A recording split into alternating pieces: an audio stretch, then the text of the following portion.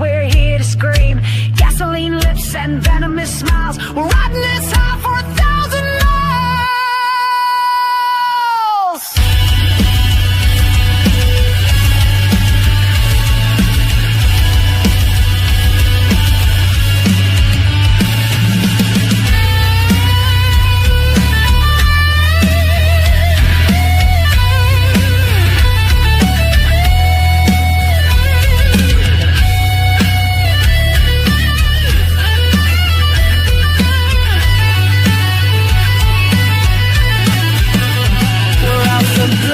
Tonight, it's now or never, running red lights, wild forever.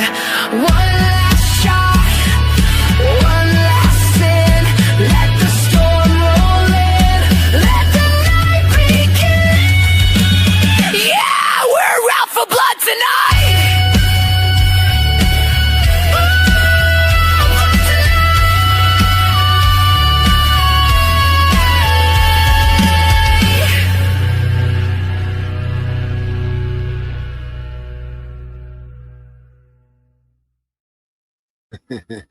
Good afternoon or evening or morning or wherever you're from. Welcome to Once Upon a Crime Time, and I'm your host, Tommy Jude. We got one hell of a show today, and I know a lot of you have been really excited about this, and so have I, so have the producers, and all that.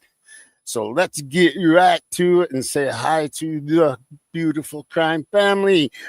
Jay Gamble, good to see you. Twat Waffle, my girl, good to see you. Lily, good to see you. Oh, they're going fast. Anita, good to see you. Lisa, good to see you. Coco, my girl, good to see you. Randy Fur, my brother, good to see you. Mark and Betty from across the pond, good to see you.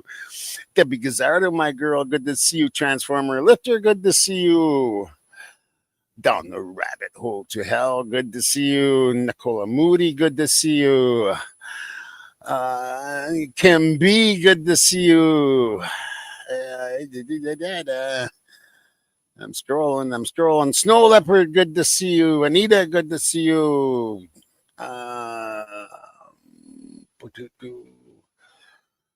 And Jackie Bushable, good to see you. And Ghost 666. Ooh. Good to see you.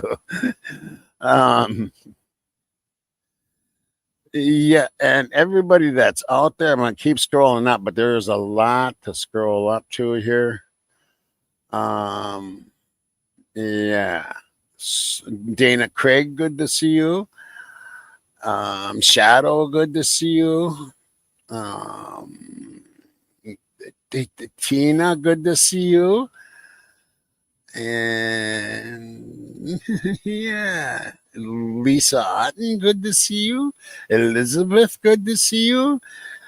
Tina Skullscar, good to see you. And yeah, and to everybody, Brooke, good to see you. Everybody that's out there, let me put the chat up here so we got that going. And yeah, this is going to be a great show. We've been talking in the back a little bit yesterday and today, and yeah, I'm excited. I'm excited for this. Oh, Kane B's Purge is in the house. Good to see you, Kane B. Well, I'm going to be uploading a video pretty soon, Kane B, and I bet you're going to be one of the only ones that can guess who it is. And I'll try to run it like maybe on Mod Monday or something. I bet you're going to be one of the only ones that's going to be able to guess who that is. Anyways, so, and Bubbly Waters, good to see you, girl. Yeah, love ya. Okay, so anyway, let's introduce our guest for today. And from Revelation Tarot, the beautiful Sue. Hi, Sue. How you doing, girl? Hey, Tommy. Yeah, how you doing? I'm good. Thank you for having me on. It's my honor. No, thank you for being on. Yeah, I went and watched that the Jonah Chapin one that you did right away last night, and that was the first time you've done him, right? Yeah, because of you. Right? Um, Confusing though, a little bit, right? Yeah, it is. I couldn't quite figure out his place. Like, I feel like he was misled or lied to or deceived in some way, but he figured it out, is what I'm getting. But I think it deserves another look at some point. Okay, you had mentioned there was a couple of things that we talked in backstage a little bit. One thing I didn't mention though, you said something about what's the word? Like he was warning people, or like not warning, but Signals, like, yeah, signals. Yes, yes.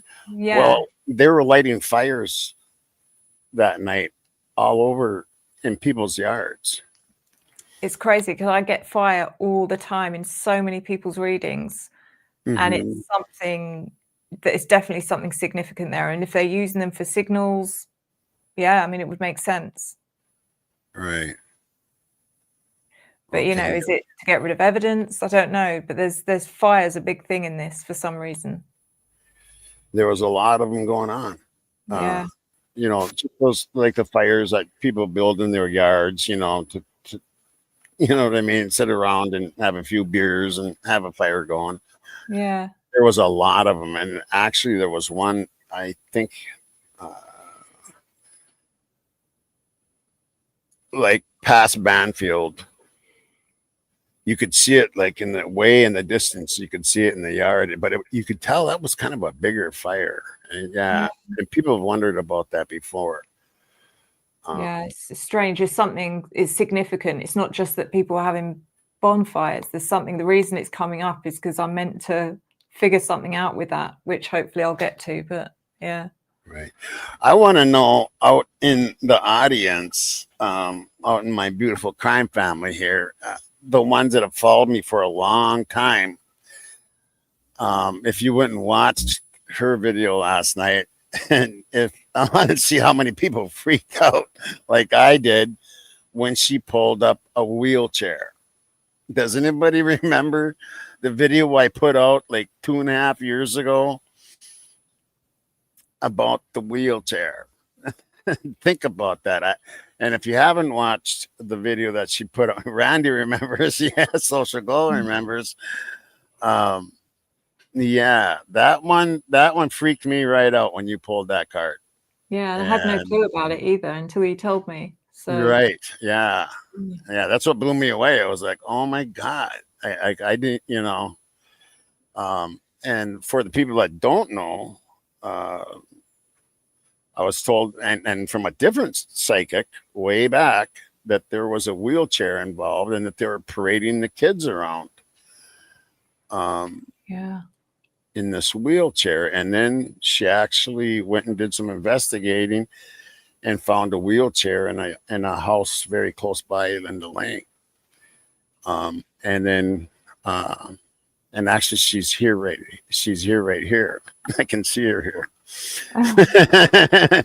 And she sent me a picture of that wheelchair in that yard. And you can actually, I was working with Karen at the time, and we could hear this squeaking.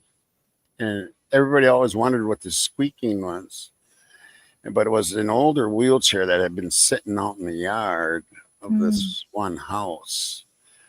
And so, yeah, I just thought that, I mean, it blew me away when you pulled that card last night. I just, Because I could not figure out what the connection was, because it came out with a caregiver card, and I was thinking, was he someone's caregiver? I didn't really fit. But now that you've said that, it's like, yeah, was he one of the ones that was pushing someone around in a wheelchair? That's what made me wonder, and it just kind of freaked me out a little bit. Yeah. So, when did you like know that you had this gift? Interesting question. So it's kind of like I've always been very drawn to the spiritual kind of side of stuff all through my life. My mom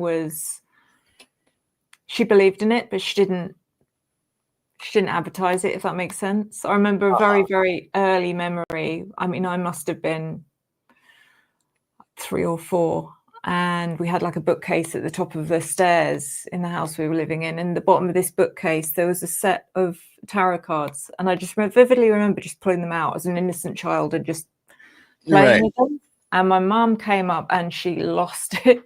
She just whipped them out of my hand, said, "Don't you ever, ever, ever touch them. They are not toys. They're not for playing with." And that was it. I was like, oh God, what was it? What was it? But I vividly remember that.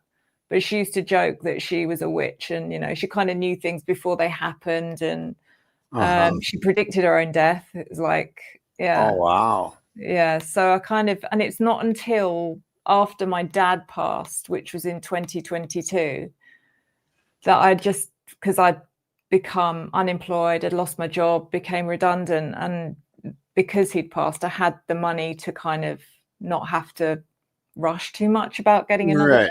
Yeah. And I just thought, I need to do something that means something, you know. I need to find my purpose. Right. And it just, and at that point I couldn't even read a tarot card. I didn't even, you know, I didn't have a clue. And then it just came to me like, oh my God, I'm meant to read tarot.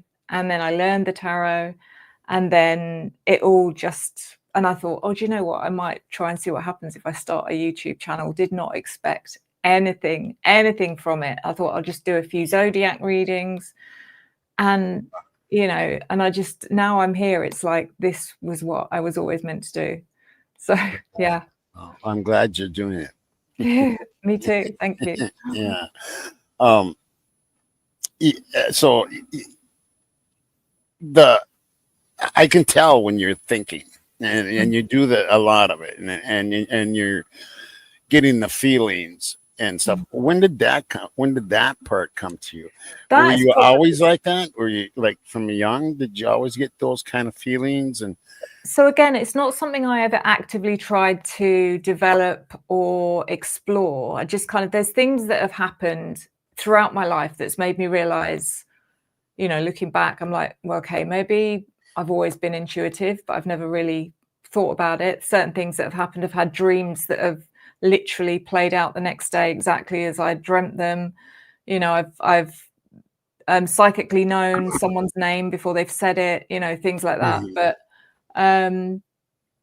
that's probably the hardest thing to actually develop or control, if you like, and that is to be able to sit and listen and trust what you're getting coming in. Because I think that the first thing when you're learning is you'll get things coming in and you'll just easily just sort of say, that just sounds ridiculous, I have to dismiss that. But you mustn't do that. You must say what you feel, because it's always right. It's usually right. So yeah, that it's important that you take time to hear what's coming in, you know. Right. Bubbly wants, Sue, how did you learn how to read the tarot? Okay, so I started off just going on YouTube and finding any resources I could where people were kind of doing free tutorials, you know. I mean, a deck of tarot cards is 78 cards, and each card has many, many different meanings. And I'm just thinking, oh my God, how am I ever going to wrap my head around this? Right. So I then did a course, which was like an online, you know, learning course. And I actually took that and studied it for probably about 6 weeks, got a diploma. And then I did a course with a lady called Linda Rausch, where she did like online live tutorials once a week. I did a course with her, and she was more on the intuitive side of how to read cards intuitively. So that was it, really. And then from that point onwards, I was like, okay, I need to actually see if I can do this. So I just went headlong into it, opened an Etsy shop, and just thought, I'm going to practice on the public. You know, if I'm rubbish, I'll refund them their money. But yeah. So just I've got to see if this works, because I've been practicing on my family, but you know too much about your family to kind of know if you're accurate or not.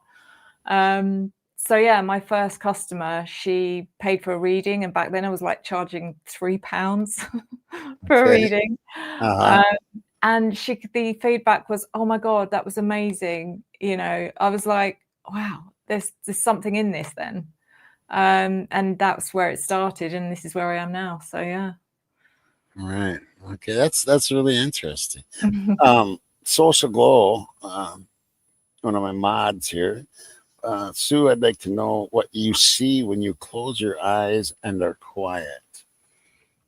You mean when I'm doing a reading, or Must just be. general? Right. Must be when you're doing a reading. I think. It depends. It depends. I tend to be honest, I think I hear or I sort of receive. It's pretty similar to how you feel when you're thinking about something. So if you were thinking about a memory with a friend, or you know, anything at all, the way that's received is pretty much the same thing. The difference is it's not familiar, so it's not a memory, it's just, yeah, and you know you're getting information. Right. It's not, doesn't make sense most of the time. Sometimes I will get, especially if I'm connecting to someone in the afterlife, I'll get given an image of something which 9 times out of 10 I'll be like, well, this just doesn't seem to make any sense, it's a bit ridiculous, but I have to tell the person what I'm seeing, and they'll be like, you know, again, 9 times out of 10 they're like, oh wow, yeah, that makes sense because of this, this and this. Yeah, so sometimes it's symbolic as well. So sometimes I'll get given, I don't know, I'm trying to think of an example. Like pictures in your mind or something? Yeah, like so it will that? be symbolic, like, for instance, I see a dove or something and know that that symbolizes peace, like the person's at peace. And, Right. Okay, I got you. Right. Yeah. Yeah. Yeah. Okay, I've heard that.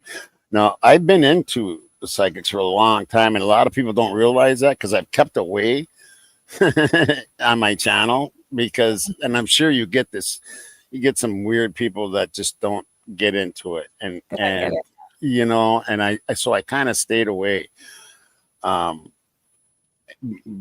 I've always watched the channels, and I've watched your channel for a long time, and I've read all her books. I went and seen her live when Sylvia Brown was alive, because I did have a son that I lost.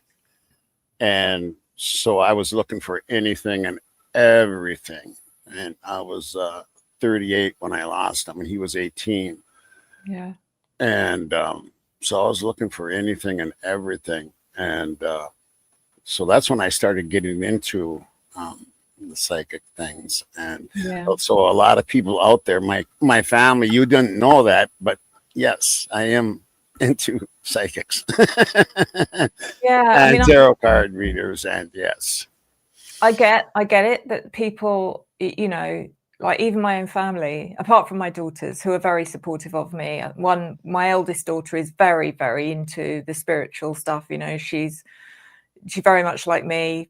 But my other daughter's much more skeptical, but she's still supportive. Whereas my sisters are, I mean, if they were completely honest with me, they'd probably think I'm trying to scam people for money. So, you know, and unfortunately that does come from, you know, people who have seen the worst of, you know, people who are claiming to be psychic. I've seen them. But you stick out, and you do. You have a very, very good gift on this. Thank you. And in my opinion, the best on the internet. Oh, thank you. That's so nice of you to say. And I've seen a lot of them. And a lot of them, I lost like 10 minutes on mine going, okay, this is garbage. Yeah, exactly. You can tell. With you, I've never done that. I've never done that. Thank you. That means a lot. Yeah. Another thing I wanted to, now, the Idaho 4, I'll just ask this real quick. How did you get into the Idaho 4 case? Was it just because it was such big news, or? So it's quite interesting because I had no plans whatsoever for this channel to be anything to do with true crime. It started, like I said, I intended on it being just about zodiac readings and that kind of thing. Right. And then something triggered the change, and it was actually Princess Catherine. She was going through some weird stuff at the time where she'd disappeared and everyone was like speculating that she died and God knows what else. And I just thought, oh, I'll just do a reading and see what happens. And it was so popular. And I was just like, okay. And then there's a guy, I don't know if you've heard of him, a guy called Jay Slater, who's a young boy who went missing in Tenerife. Gosh, I'm thinking, is it a year or 2 years ago? But he went missing, and there's all this, like, you know, people talking about it online. And so I started doing readings on him, and then everyone was hooked. And then I realized as I wasn't looking for another case, but I'd heard, and it wasn't something that was well known over here at all, the Idaho 4. But it wasn't until, I'm trying to think what sort of times, must have been around the summer of 2023. And I'd been thinking about it, but not thinking about it to the extent of, oh, I should do readings on this, because I have to get a feeling or feel drawn to it. You know, I have to feel like I'm needed, if that makes sense. And I'll never forget, I was doing some housework. I think I was dusting or something. And the next thing I know, I get this voice pop in my head. And at the time, I think it was Maddie, which is really odd because I find it very hard to connect with her. Ever since then, she's one of the ones I find difficult to connect with. But this voice comes into my head and she says, do you want to know who did it? And I was like, okay. She said, you're not going to believe it. And I said, no, go on, tell me. She said, it was a police officer. And I was like, what? Come on. Wow. She said, you know, this is why you have to investigate. And I was like, okay. And from that point, I just, I knew it was going to be a big thing. I knew that there's going to be, for a start, there's 4 people who'd lost their lives, plus all the people that are connected to them.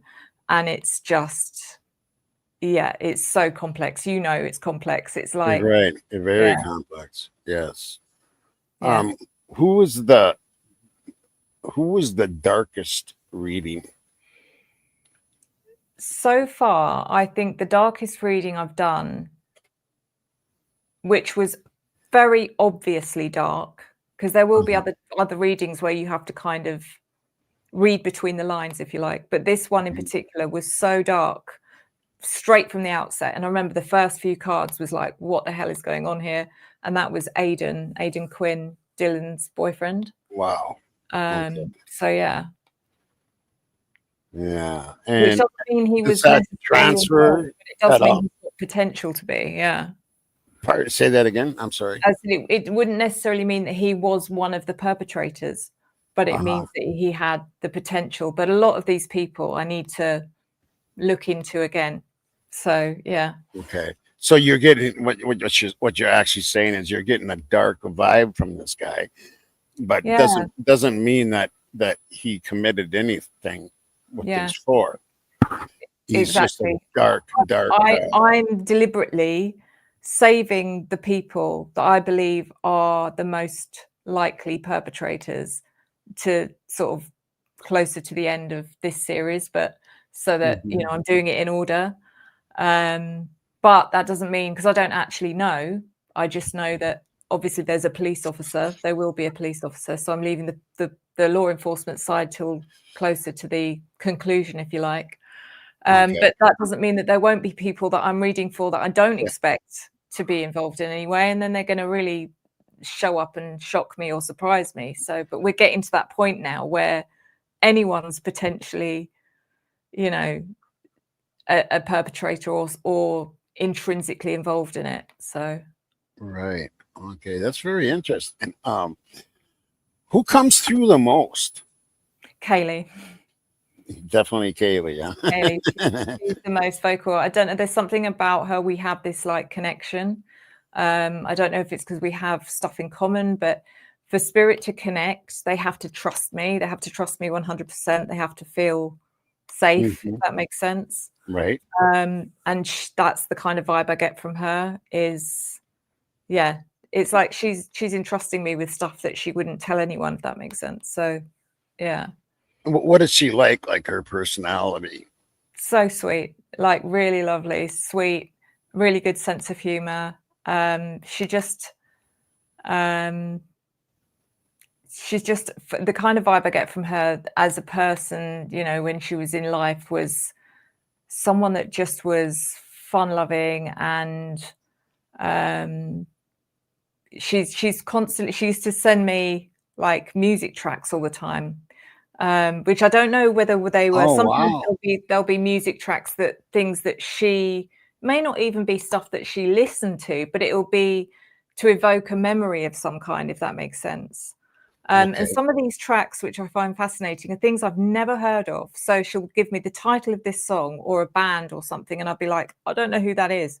And she'll be like, and sure enough, you look it up and they exist. And it's like, wow. Wow. One of them was, Bubbly Waters, you know, because you mentioned when I posted on one of her videos, what was it called? Train. Do you know what I'm talking about, Bubbly? Bubbly, are you out there still? Are you here? You know who she's talking about? There was a song I'd never heard of, and I played it, and yeah, Bubbly knew instantly who it was. Oh my goodness, I can't remember what it was called now, but Okay. yeah, but things like that. So she obviously really enjoyed her music. Yeah,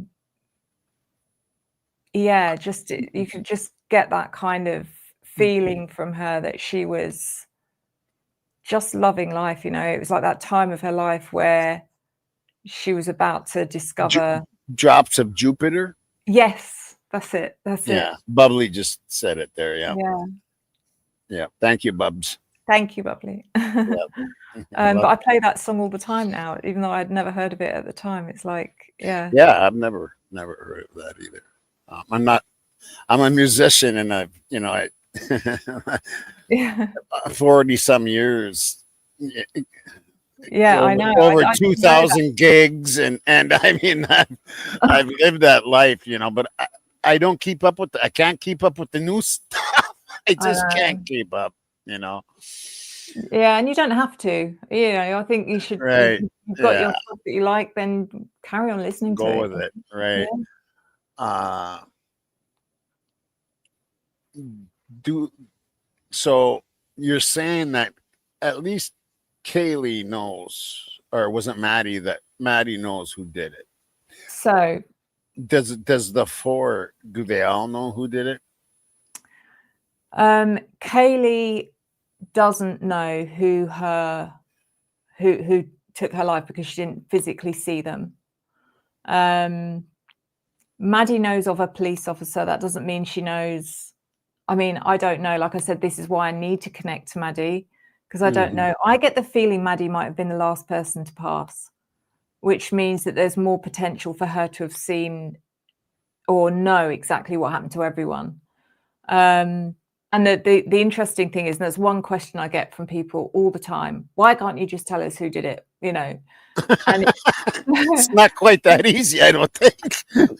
well, it's interesting because people assume that, you know, these people, because they've passed and they've passed over, that they now instantly know who it was that took their life, which they wouldn't. If they didn't know at the time, they're not just going to magically be given the information because they've passed over. But with Maddie, if she knows everything that happened, she doesn't need me. I'm trying to explain to people, it means that she doesn't need me. The reason Kaylee needs me is she needs my services, literally, to help her find out what happened, the same as anyone else. Whereas if Maddie knows everything, she doesn't need me, which is why I'm finding it so hard to connect to her. Ethan knows stuff, but it's something that's it feels like it's unraveling bit by bit. I've done 2 readings on him now. But again, he might know the person's face, he might know the person's, but he may not know the person's name. You know, it might be, does that make sense? It's like, Yes, yeah. So there's a lot more to it than people realize, I think. And then there's Zana, who's again a bit of a I have connected with her, but she's so different to what I expected when I have connected with her. She's been very quiet and almost kind of nervous, which isn't at all how I saw her in life. But I think that's more to do with me making her nervous for some reason. But yeah. Yeah, so when I did a reading on Xana, she was just so consumed with what happened to Ethan. She wasn't talking to me about her own passing. She was talking about Ethan's, which means that she was still alive when Ethan passed. Right. So, and Angela, no, it was Maddie that said it was a police officer. yeah, it wasn't Kaylee. No.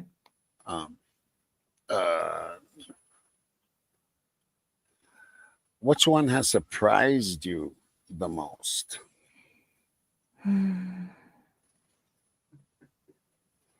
Probably Ethan, because of the information he's given me so far. His information has been the most eye-opening, I think. So yeah, I'd say Ethan. Okay.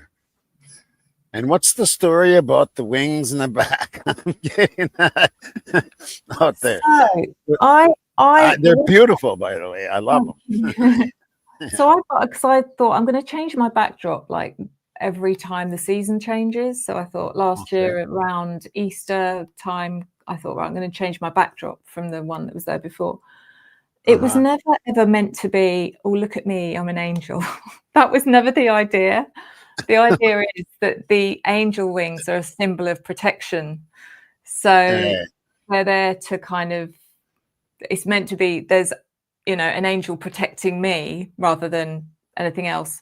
But I don't think I can get rid of them now because of, I don't know, I think they're doing I think they're actually serving a purpose. And I'm worried if I take them down, I'm going to be, I mean, I don't know if anyone's seen that watches my channel. I mentioned to you, Tommy, earlier that I do get like entities. You can see entities in the wings. People say they see faces in the wings when I'm doing readings, but there's been a couple of situations where you've seen a literal man-shaped figure walk past. So I just maybe you should keep these up then for yeah, I think I might have to. Yeah, I think that might be a good idea. Yeah. Okay, so Bubblies, how do they change colors? Is it a mural or a hanging? So all I've got is some lights on the floor. That's it. If I don't know if you can see. Yeah, look, if I put my, oh, you can't see. But, okay, it's the lighting. But the fact that sometimes you see changing colors, I don't understand why. It baffles me because the lights never change. But you're right, Bubbly. Sometimes you see one go darker. And I've often wondered how or why that happens. But yeah, it's interesting. Interesting that I did a reading. Was it on? No, it wasn't Jonah Chapin. It was the reading on Nick's son, Nick. Nick Green. Nick Green.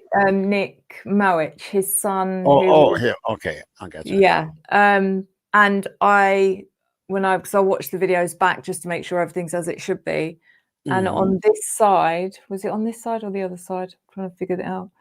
I could see Nick's face in the wing. Like, to me, it was clear. Other people may not have been able to see it, but I could see his face. It's fascinating. Yeah. Right. I haven't dug a whole lot. We haven't dug into them a whole lot yet. That's coming up. But you wanted, you're going to do a reading for us today, aren't you? I am. Goody. I was hoping you were going to say that. Yeah, of course. Okay, and what you going to do? So I thought, considering, because when I get time, I do try and watch your content, Tommy, when I get time. So I did watch your live stream last night, and you've been talking about Brent Kopacka. So I thought it would be interesting because I was going to do a second reading on him anyway. I haven't done one on him since last year, which was the first reading I did, which would have been around probably this time last year, about a year ago. So I thought, well, it would be the perfect opportunity to do the second reading on Brent today. Okay, that sounds good. Are you ready to do that? Yeah, sure. Okay, I'm going to minus myself off the stage. So you're going to be, it's going to Okay. be just you up there. All right. So I'm not going to bother you or anything. You can obviously, Tommy, if you have any questions as I'm going, just let me know. And you know. Okay. Yeah. There's the private chat back there too. So Yeah, perfect. Right. Okay. See you later. See you in a bit. All right. Here we go. Okay, guys. So if any of you didn't see the first reading I did on Brent Kopacka, I don't want to ruin it for you. But the essence of it was that I didn't get the feeling that he was directly involved, put it that way. I'm not going to spoil it for you if you haven't watched that reading yet. But I do, obviously, after watching this, I recommend you go and watch it at some point. So this is a follow-up reading. I did manage to connect with him directly in that last reading. So it'd be interesting to see if I can do the same. He gave me some really interesting information the first time. But obviously we want to find out if he was directly involved in the unalivings. So I'm not going to start with the Clarifying Life Situations deck because I've already been introduced to him.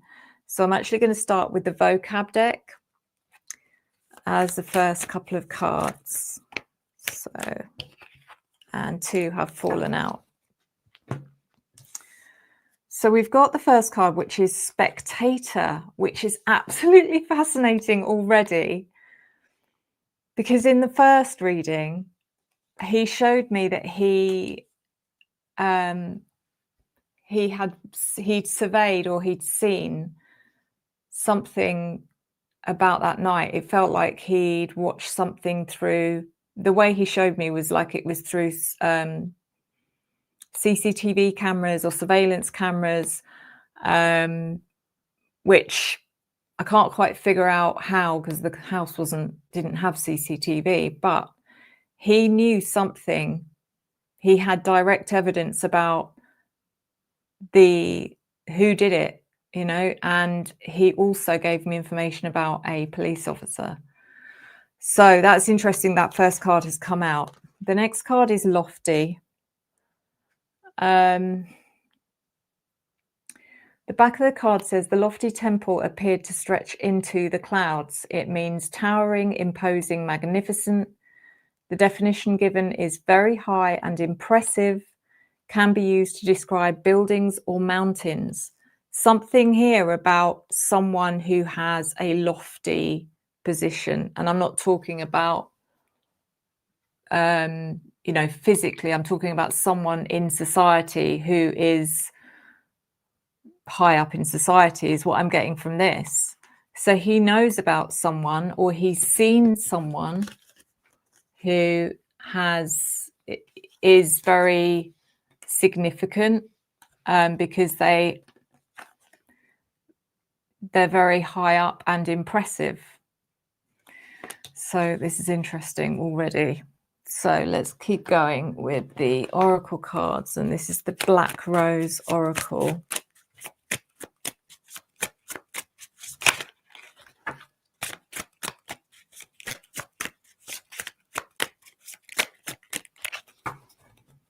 Hoping I can connect with him.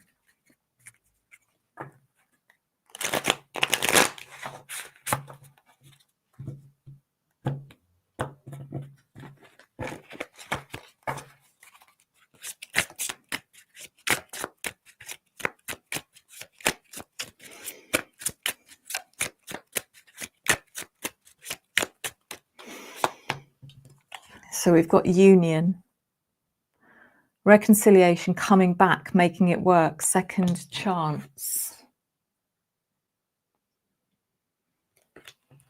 Union.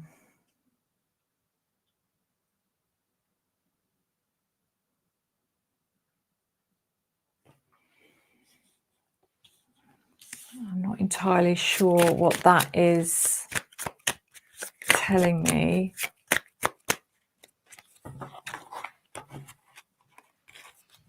And then we've got locked, missing pieces, detached, locked away, can't move forward.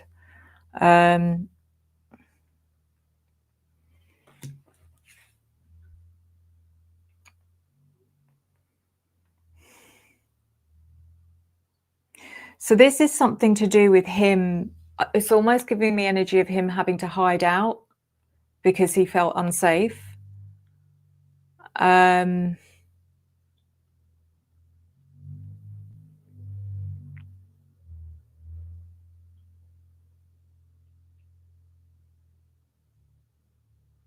Because he knew that there was a target on his head with law enforcement. He knew that they were trying to pin something on him. Whether that was warranted or not, we'll find out.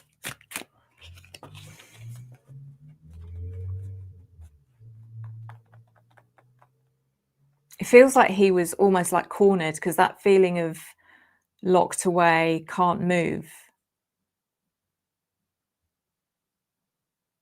So let's carry on.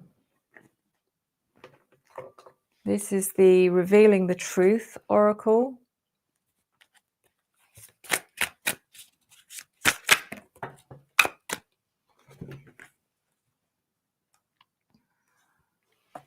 So I've got miss you, miss, wait, eager.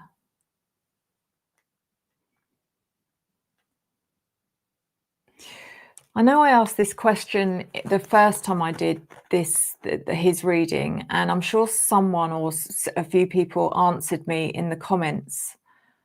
But I had a feeling that he was either in a relationship, or even that the girl he was with was possibly pregnant. And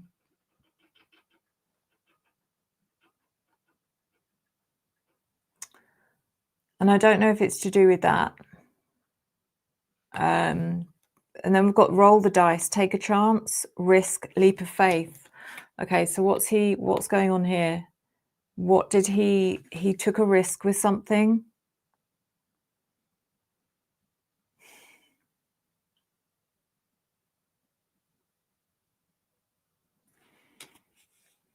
Suspicion.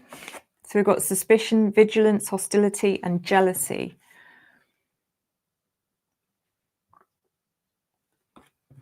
So again, he knew he was a suspect.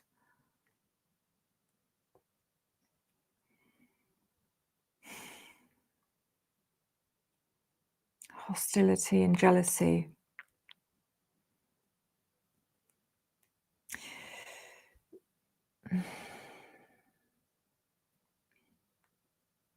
I'm sure it was a conversation I probably had with you, Tommy, where you told me, was it him that he had served with Brett Payne? There's something here about some kind of hostility. I don't know what the jealousy is about. I mean, it could be over a woman, I don't know. And then we've got honor, dignity, works, lineage, and awards. And again, that gives me the same vibes of the honor of having served, or it's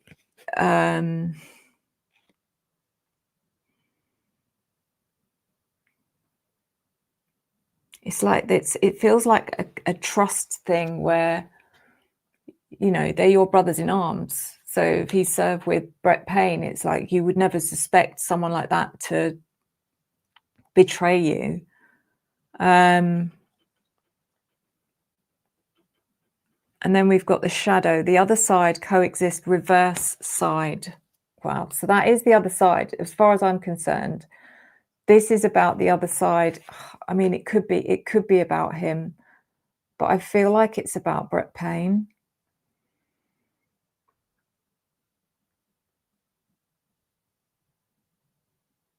But we'll find out when we clarify. So the next deck is the Revelation Oracle. I wonder how close they were, Brett Payne and Brent Kopacka.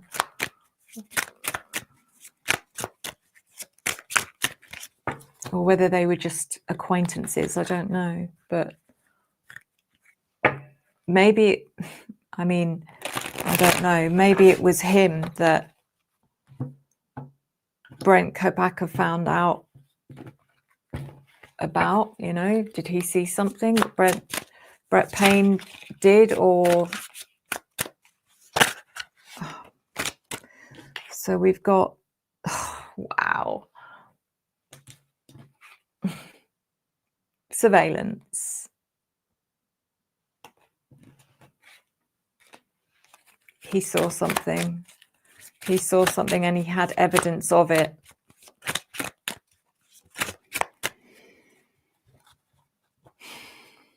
It felt like when I did the first reading, it felt like he had IT skills, almost like he could hack systems, is kind of what I got with him.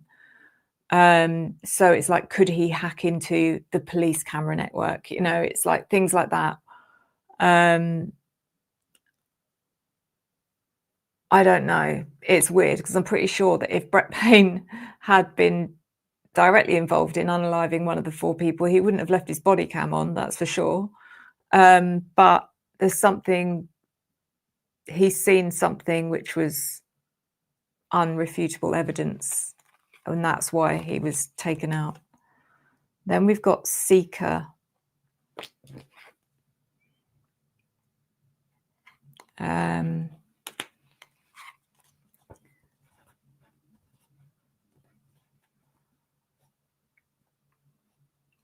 I mean, this is just to do with, I think it's to do with seeking the truth. There could be more to this. There could be, did Brett Payne have something on him?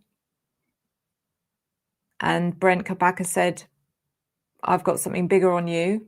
I don't know. There's something weird going on here.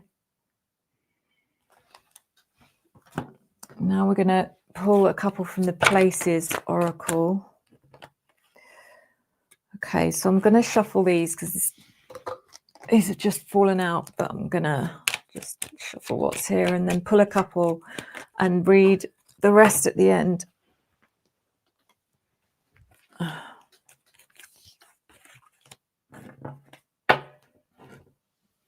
So we've got Perilous Realm. Danger lurks, treacherous paths, ominous shadows.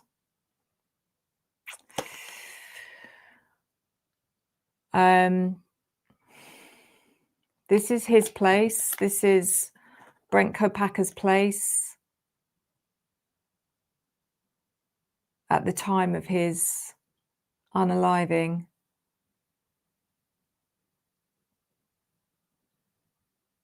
He knew that night when the police turned up that it was over.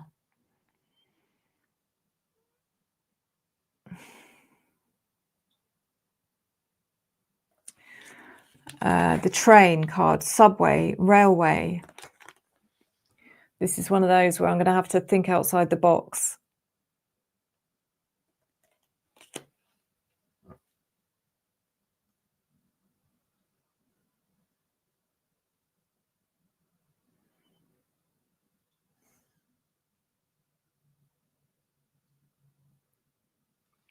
What's the train card about?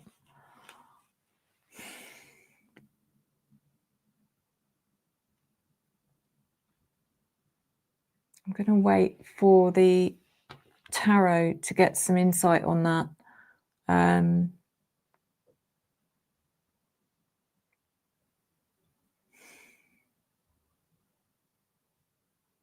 Yeah.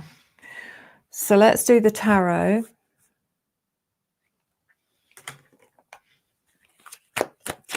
And I'm using the Tarot de la Nuit tarot deck.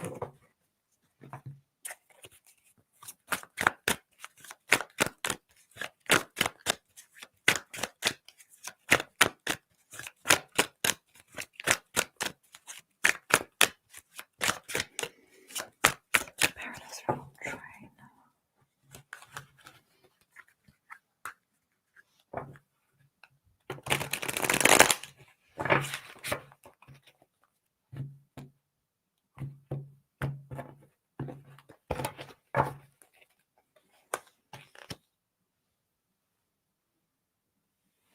So the cards lofty. This is clarified by justice reversed. So someone is, whoever this person is, that is so highly regarded, position of authority, is corrupt. That's what this justice card in reverse is about. It's someone who is well known. Whether or not they're well trusted remains to be seen, but they are corrupt as they come.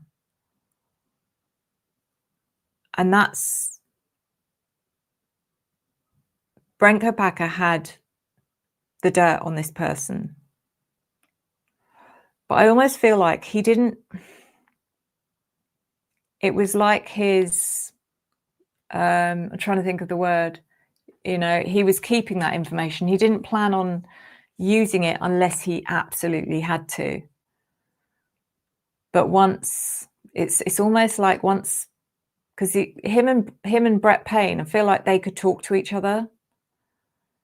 And once Brett Payne knew what Brent Kopacka knew, that was it. I mean, not that Brent Kopacka would have known that, but Brett Payne knew it was just a matter of time before he, I don't know, there's something here where he just knew, okay, this needs to be dealt with.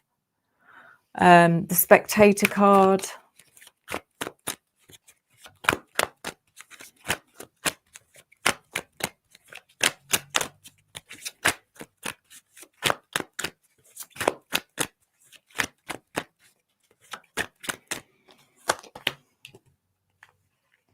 Wow. Clarified by the Three of Swords.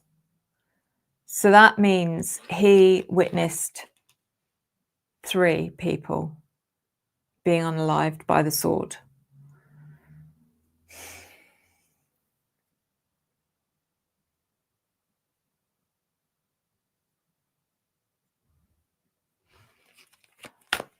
Or if he didn't witness, I mean, he's spectator, which means he witnessed it.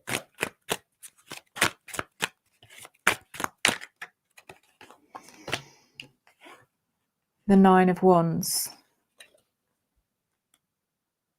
From that point onwards, he was on a mission. It feels like he was on a mission to expose people that were responsible, but he knew how dangerous it was. He knew the risk he was taking.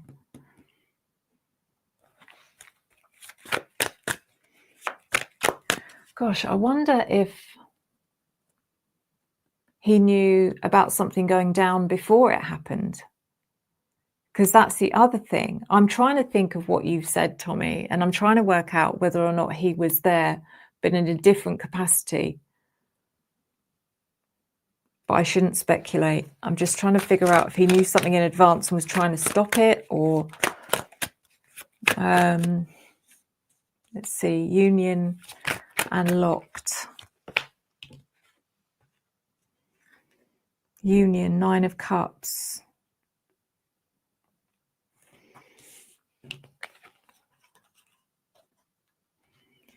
So Union and Nine of Cups, there's something here about him,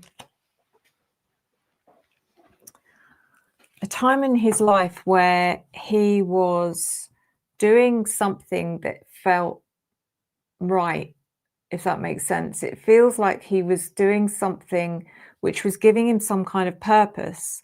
I think until this point, he was really struggling with finding a reason to carry on. I think he was struggling with life itself, and this kind of landed in his lap and made him realize, I'm meant to, this is meant to be, I've been given this for a reason. The locked, missing pieces, detached, locked away, can't move.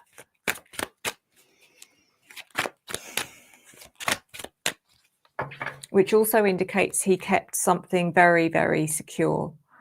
If he had any kind of actual evidence, he would have kept it very secure.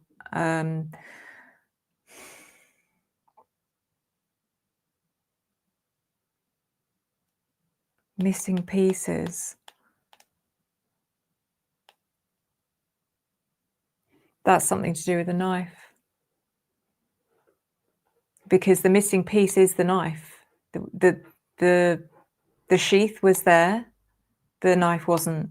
So it's almost like they have the sheath of one of his knives, is what it feels like.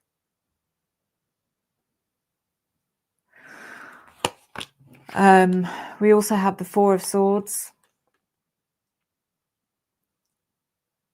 And in the first reading I did of him, he showed me that it wasn't the first time the police had visited him. He'd been, visited on numerous occasions for whatever reason. But on one of those occasions, they had taken two of his, because I think he collected knives, but they'd taken two of his knives. I don't know why or what the reason was that was given, but they basically confiscated two of his knives. And I'm pretty sure one of them, or I don't know, one of them was definitely used to be planted. So we've got miss you, miss, wait, and eager. Who is this about? 9 of Pentacles.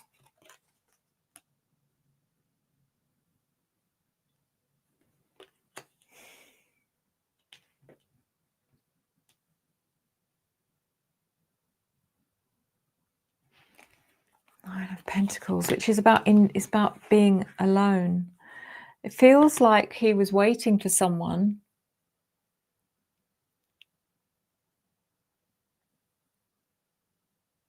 It's like he was meant to be going on a date or something that night. And again, I don't know if he was seeing a girl,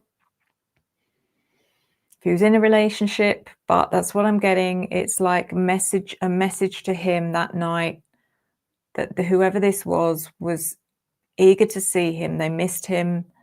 Whether that message came through after he'd passed or before, I don't know.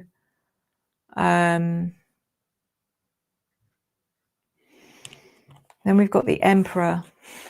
And the Emperor, again, is this energy, similar energy to what I had with the lofty card. This is someone who is very controlling, very powerful, very domineering. But what is the connection between him and this person?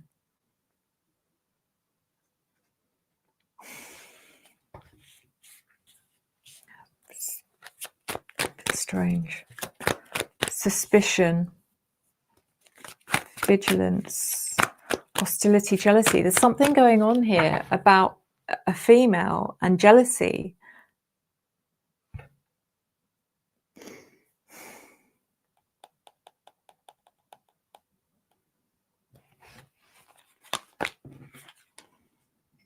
And it comes in with strength in reverse.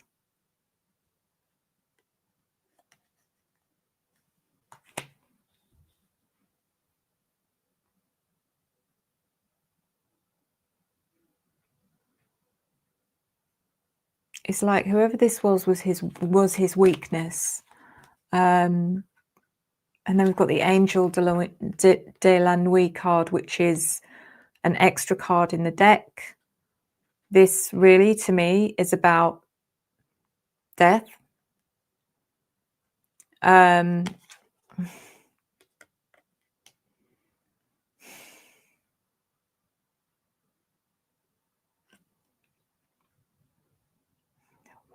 is it coming in with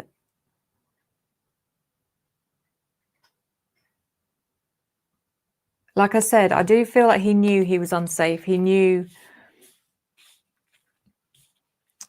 that they were trying to frame him.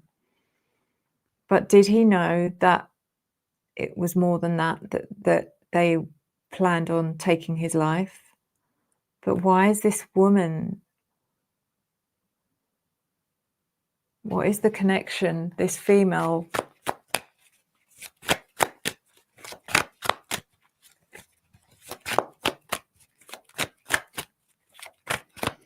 Then we've got shadow, the other side, coexist. Knight of Wands.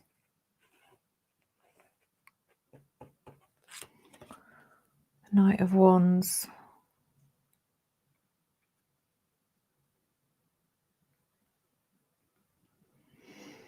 This is his. So whoever he's showing me here, who had a dark side, was possibly a fire sign, Sagittarius, Leo, Aries, but it could also be a woman. I keep getting something about a woman. It's like he now sees someone for what they or who they really are that he did not see at the time. And there's something here about a woman.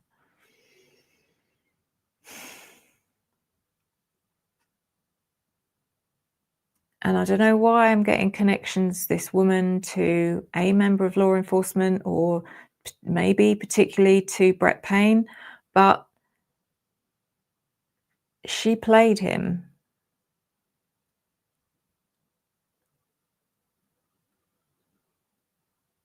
And Knight of Wands is a typically very seductive card as well. So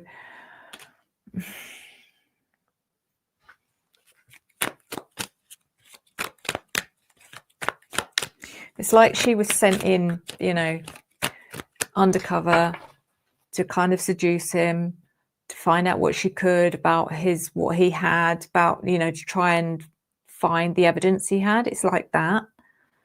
And then we've got the Page of Cups.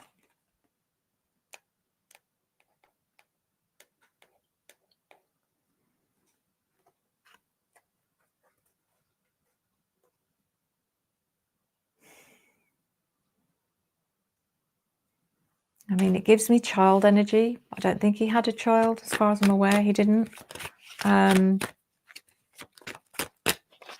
But it also is the card of the kind of Cupid card. So it could be her playing the part of the role of emotionally manipulating him in some way. So then roll the dice, take a chance, risk, leap of faith. Clarified by the King of Swords reversed.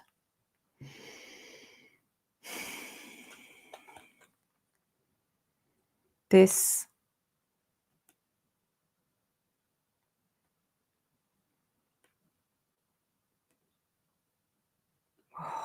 what did he do here? Because this is someone, again,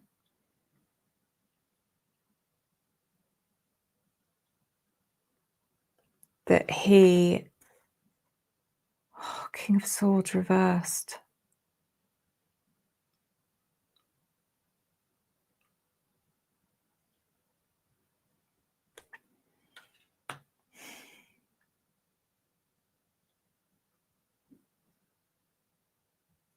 I'm trying to figure out whether this King of Swords reversed is someone living that is... We're talking about a really not a nice person at all, very volatile, dangerous, or if this is someone who passed.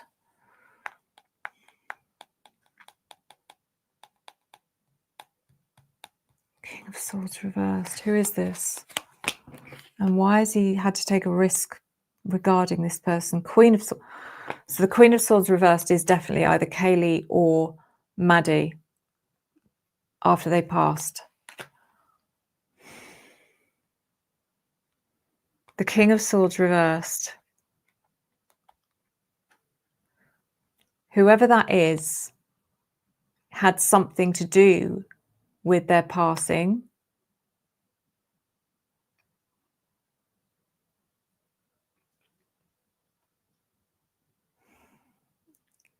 It's weird because I want to say it is something to do with, you know, a member of law enforcement, but it's giving me energy of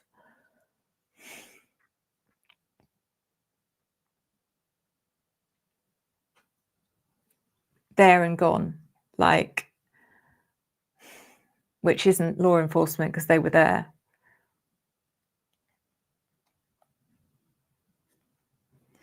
Take a chance, risk, leap of faith.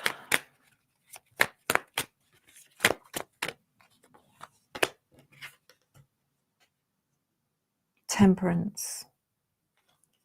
Timing. Getting it right.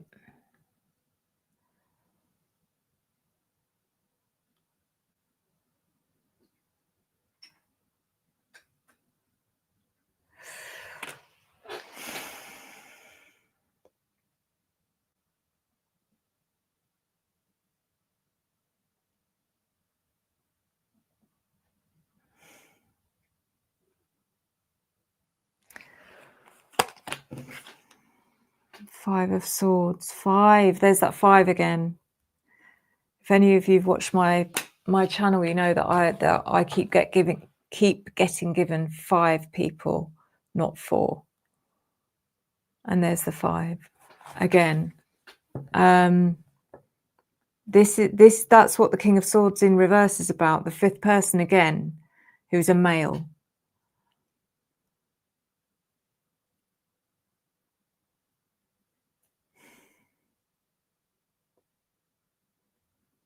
What has he got to do with that? I wonder if he's connected to, does he have any connections to, I mean, it could be so many different people.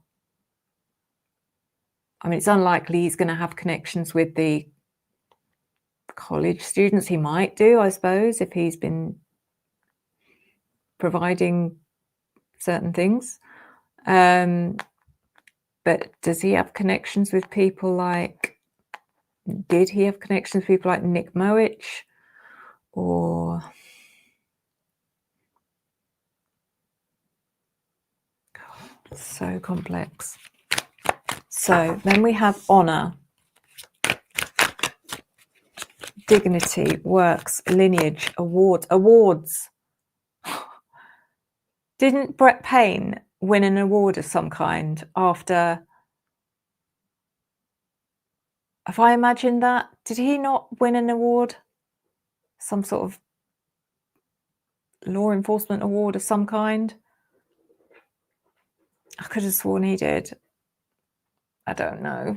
But that's what that's about. Dignity, lineage, awards.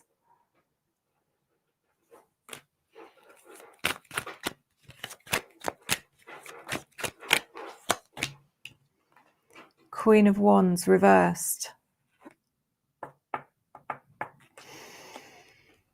Queen of Wands reversed. Sorry about the noise in the background. George is going to the toilet. We've got the 2 of Swords. So the Queen of Wands reversed and the 2 of Swords.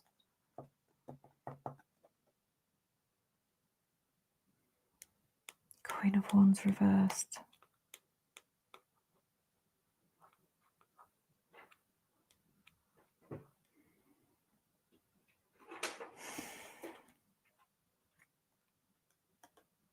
This is something to do with that female again. I think that female that I saw earlier was an undercover police officer. Because it's tying in with the honor card. Like, The Two of Swords is also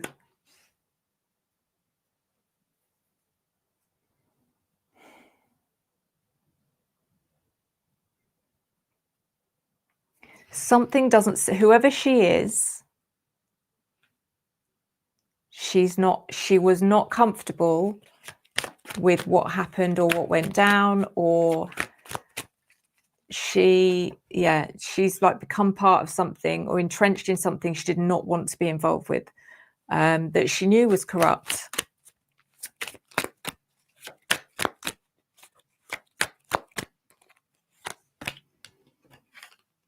And then here we go. And then we've got the King of Cups. Now, when I get the King of Cups in readings, I don't know why I always think it's Steve G.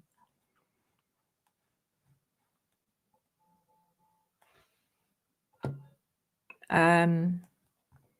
I don't know where he'd fit into this.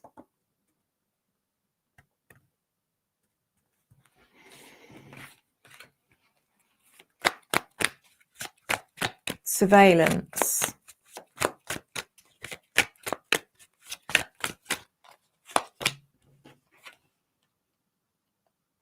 Clarified by the sun, which is clarity, knowledge,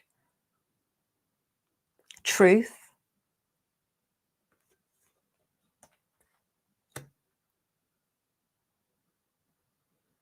They had something on him. They did have something on him. They had something on Brent Kopacka, but he had something bigger, which was his, this was his insurance. What he knew was insurance for him. I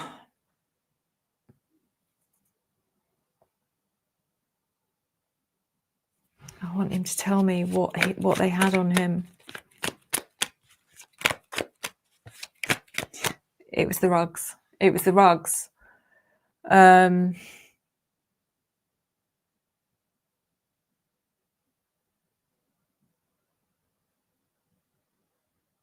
far as I'm aware, he'd never been incarcerated, or had he? I don't know. If anyone knows, let me know. But I don't think Brent Kopacka had been incarcerated.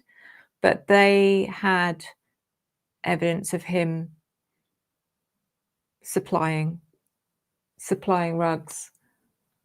I don't get he's some big player or anything like that. I think he was just dishing out a few here and there to probably the college students. I don't know.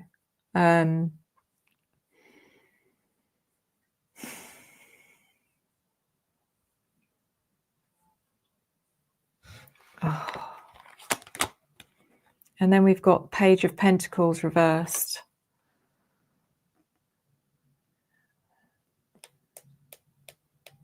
This is someone else's passing.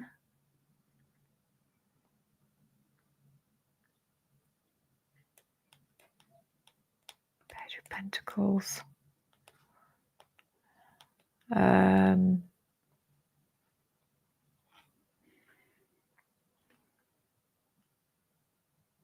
I can't figure out who that is because it doesn't feel like any of the four.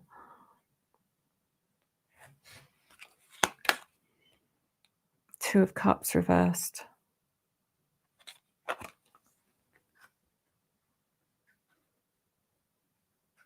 So that's Ethan and Xana because it's a couple. It feels like that's what he's seen.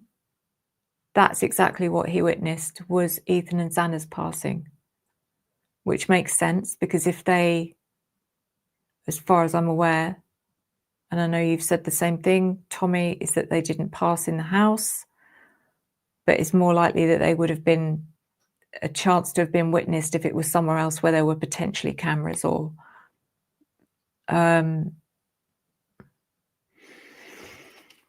then we've got Perilous Realm, which I felt like was his own home on the night that they took his life.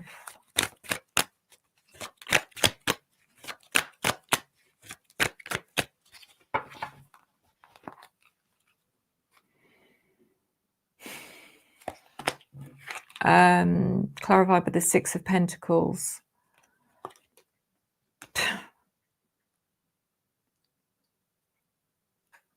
Oh God, it's just what he's giving me. He's giving me the actual, like the playback of what happened. They're not stupid. Law enforcement are not stupid. Like, you can imagine, he's inside his apartment. He's locked the door. He knows what they've come for. So they're banging and banging and banging on the door to let him in. To the outside world, the police are doing their job. He's locked himself in, but he's locked himself in for a good reason. He knows if he lets them in, it's done, it's over. So there's all this commotion. The police trying to talk him down, telling him, we need to come in, we need to talk to you. Like, I don't know how they got in, because I don't know if he would have physically unlocked the door, but I think they bust their way in. And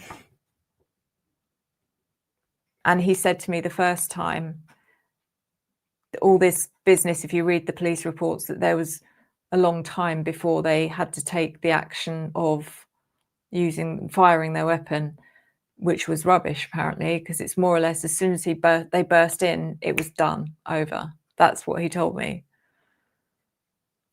So this Six of Pentacles is meant to represent an equal exchange of some kind, as in an equal exchange conversation, a fair match, which it wasn't. The Ace of Swords is truth, breakthrough. This is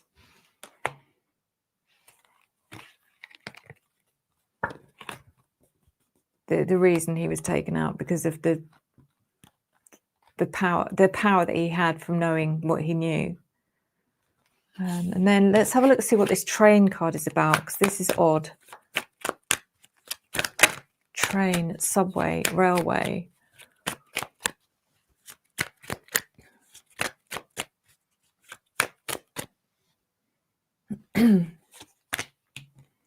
Knight of Swords reversed.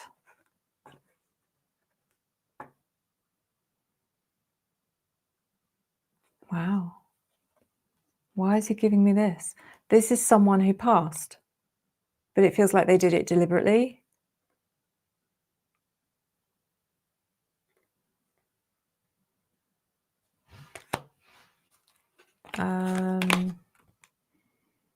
Five of Wands reversed.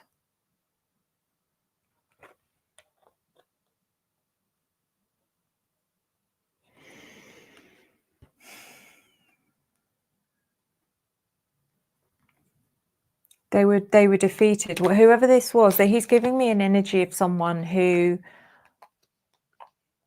was also like being manipulated or backed into a corner or had no way out. I don't know if it's someone he knew or if he's just showing me I'm not the only one. I don't know if this is someone we're talking about now or someone at the give me some information. The Empress. So they were, are we talking about now or are we talking about then? Talking about someone that was either I'm being shown that they were a female and they were a parent, or they may have even been pregnant at the time. Are we talking now or then? Now. Knight of Pentacles, which is the present.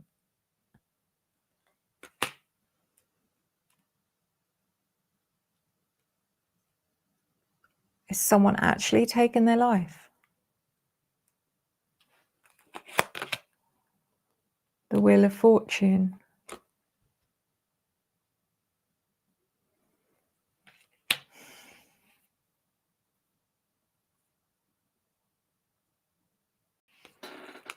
So let's have a look at the Seeker card.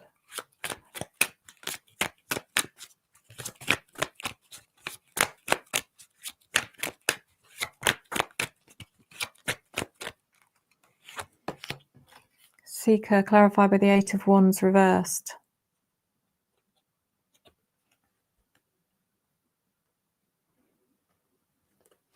So seeking knowledge, seeking the truth. No silence, no communication. God,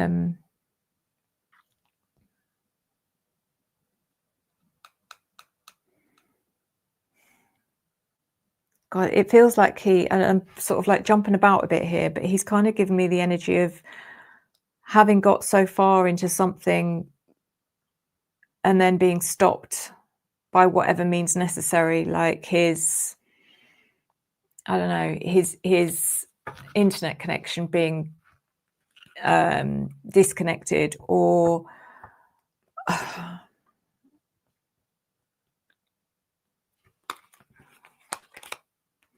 Seven of Cups, which is illusion and deceit, and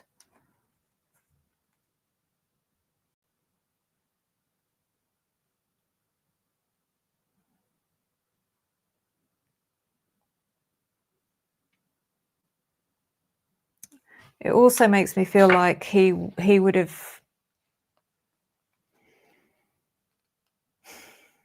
I think he might have indulged in some narcotics as well, and probably wasn't in the right state of mind at some point to try and help him through it. I need to know, Brett, whether you were involved. Were you there on the 13th of November 2022? Were you in the house, anywhere near the house? Did you have anything to do with it?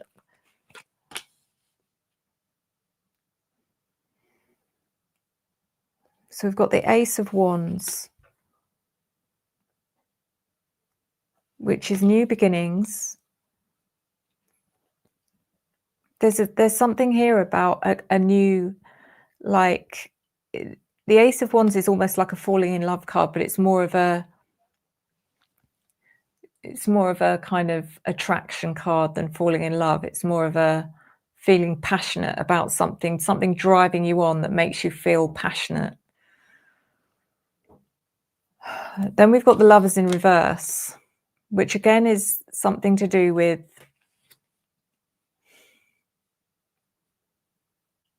it's really weird. It's like he's, because the Lovers is also Gemini, and Gemini is Kaylee and Maddie. So he felt passionately about one of those people, or both of them, not in a weird way. I think just in a, his conscience.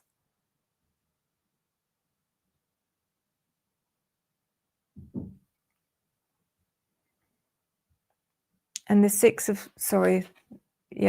Swords reversed is whatever he was trying to do here, he failed.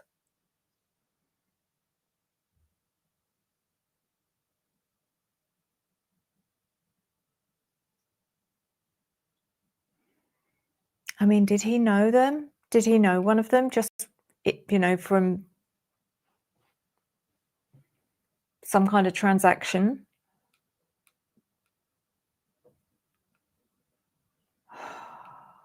It's weird. I don't think he was involved. I think if anything, I'm getting more of a protective energy than the opposite.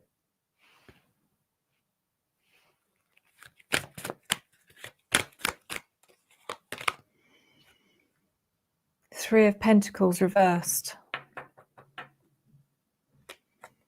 This is third parties. This is a card of third party interference. Someone is like, one of these is not the same as the others kind of energy. It's like, imagine Kaylee and Maddie and Dylan, it's like, oh, guess who the odd one out is? It's Dylan. It's like that. And that's what he's trying to, his energy is, I was trying to make them see, or I was trying to get a message to them or something.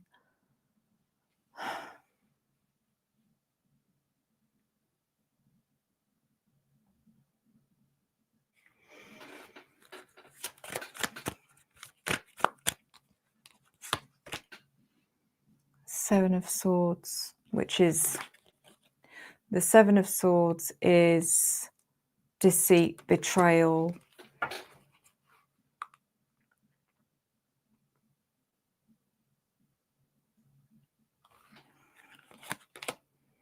Ace of Cups. Ace of Cups is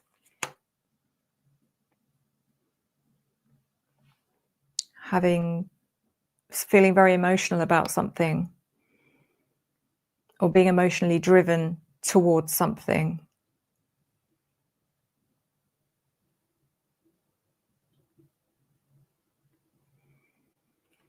I wonder, I'm going to pull a couple of yes no cards just to see what comes up. So Brent Kopacka.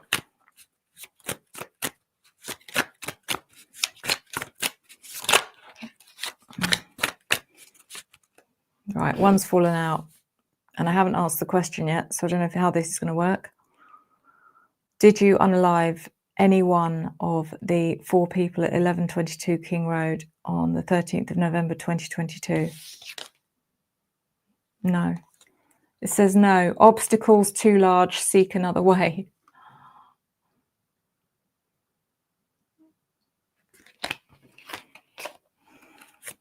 Right. Brent Kopacka, do you know who unalived any one of the people on the 13th of November 2022 at 1122 King Road?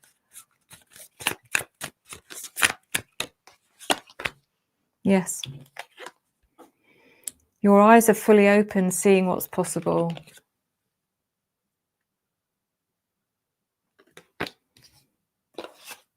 Those cards have spoken, guys. I just... he knew too much. He knew too much. Yeah. Listen, I don't want to say he saw, Brett Payne do whatever. I'm not seeing that definitively, but I think he found out how corrupt Brett Payne was. Yeah. Guys.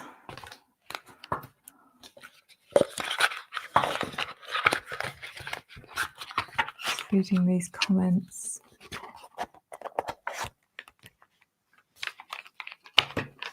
Tommy, are you there? You awake?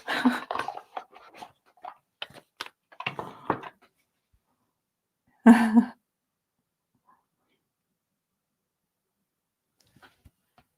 can't hear you.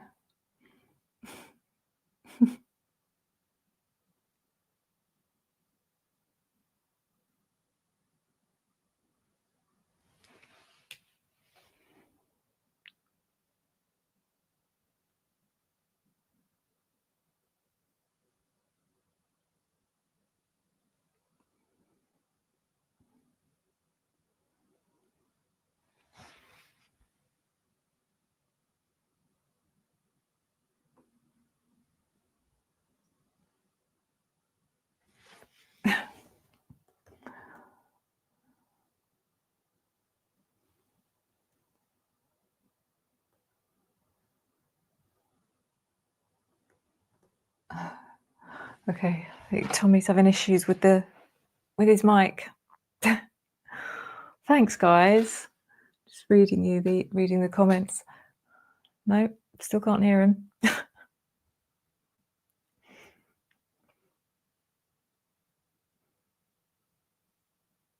Oh God, it was going so well. Sue, do you think he was collaborating with one of the girls? I don't know. I don't know if it was that, or I don't know about collaborating. I think that maybe he got wind of something going on and he was trying to stop something happening, or at least get a warning to them of some kind. I don't know.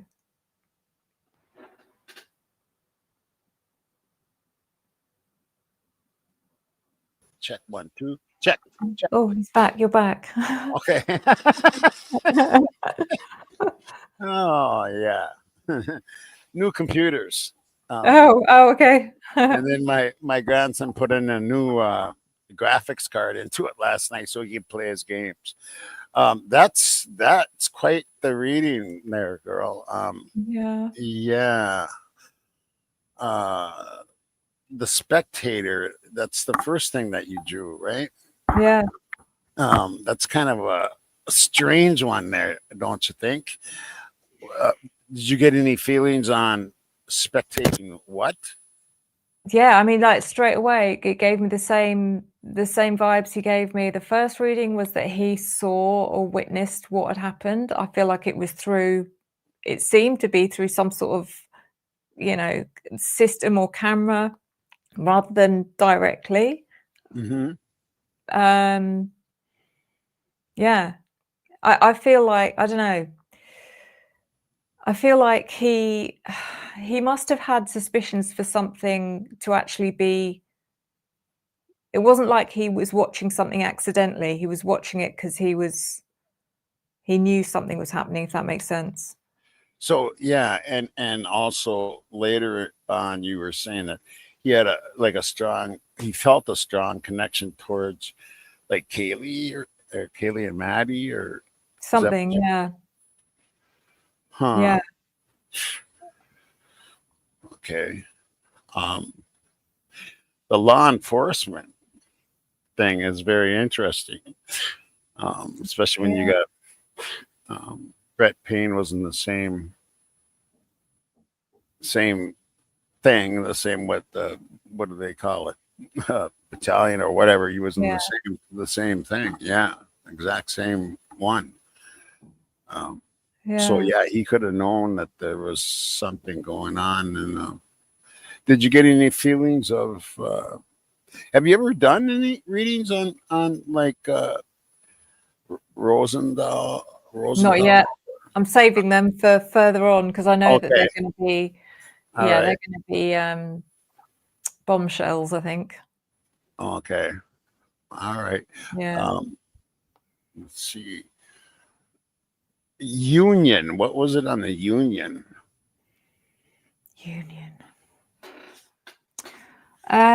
So that says reconciliation, coming back, making it work, second chance. That was clarified by 9 of Cups. Is it like a union between people or I guess that's my question. It was weird because the next card was miss you, and I said I got the feeling that this was about a girl.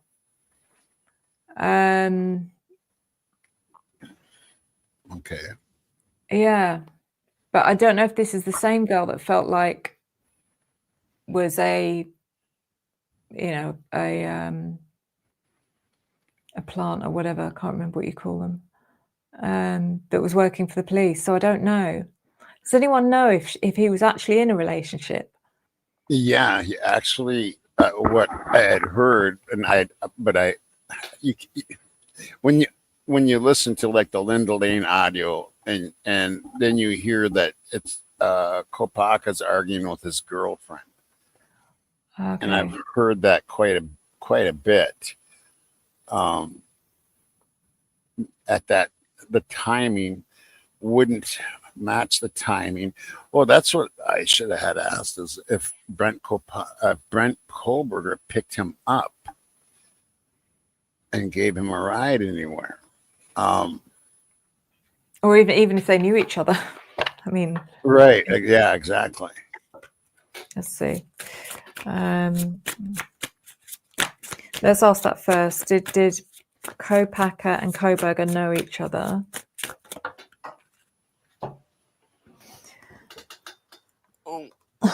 Oh, I've got 2 cards.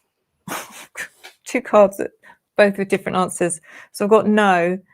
Not ready to get started. Plans aren't really formed. 2 fell out, and that's the first one I've lifted. So I don't know whether to disregard this one that says yes. Peaceful outcomes and relaxation aids decisions. Let's just ask the next question, which is, did Kopacka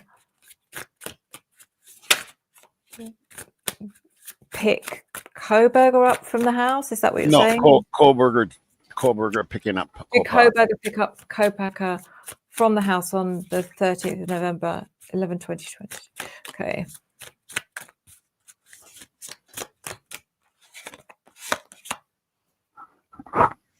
No. Making a final effort, falling away and withering. Wow. I don't know what that means.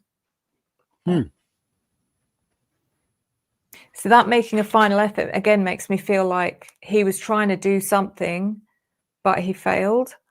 But I feel like it was, again, trying to stop something, not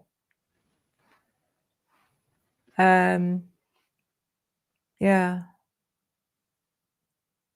So, feeling wise, your opinion is you don't get anything really that dark from him. No, I don't. I think he was vulnerable to a certain extent.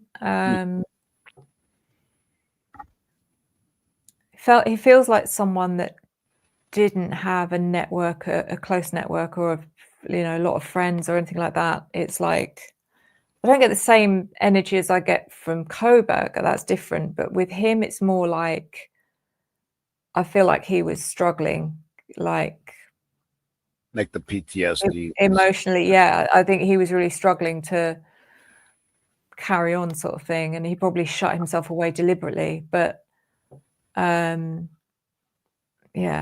I haven't picked up anything that would make me worry that he's involved in anything like that. But I think he was probably serving rugs to the kids, but that's right. the most I get.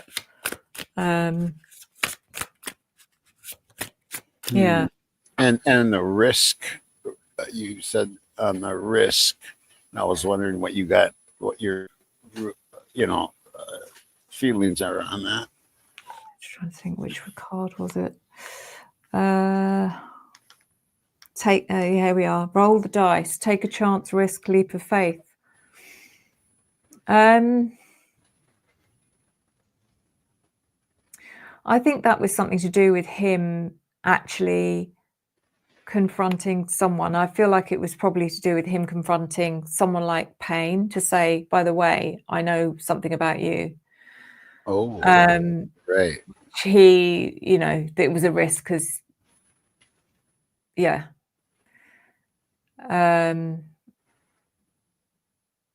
He didn't know if it was going to have the desired effect or, as in he was doing it to protect himself, because I do feel like something going on there where, I don't know, but Brett Payne definitely had something over on him, and I think it was just to do with, I think it was just to do with the rugs. But yeah, as far as, are you aware of him ever being in jail, in prison? No, I didn't see any jail. He had some misdemeanor kind of stuff. Nothing too major, no. Okay. But now I don't know what happened, and I don't know if you can get things like mixed in with his life or not. I don't know how that goes with you, but he was very highly trained in the military. I mean, above your normal. He was a parachuter. Okay. I mean, he did like armed combat. He's seen some really bad stuff. Yeah.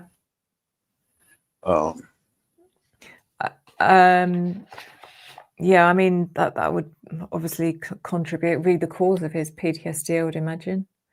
Right. Another thing is, another question I would have, and then we'll go to the audience. I know has some questions for you, girl. Okay. But could Kopacka, could he have been seeing Bethany?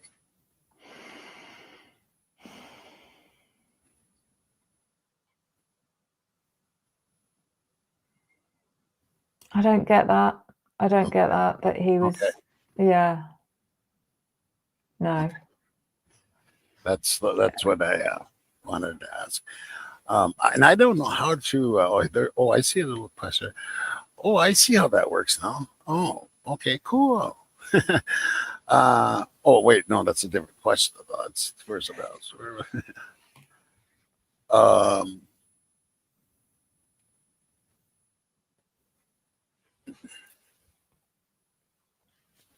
ooh, affair. Brett knew about an affair.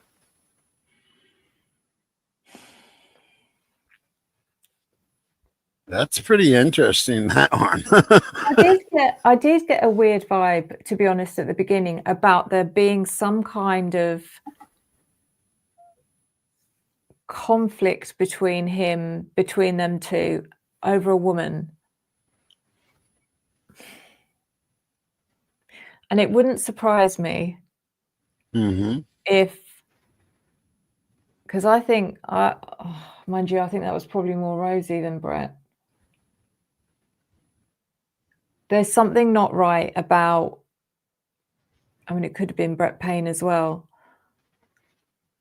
Maybe he saw stuff. Maybe Brent Kopacka saw stuff that Brett Payne had got up to, which was very questionable when it comes to some of the females that he was dealing with.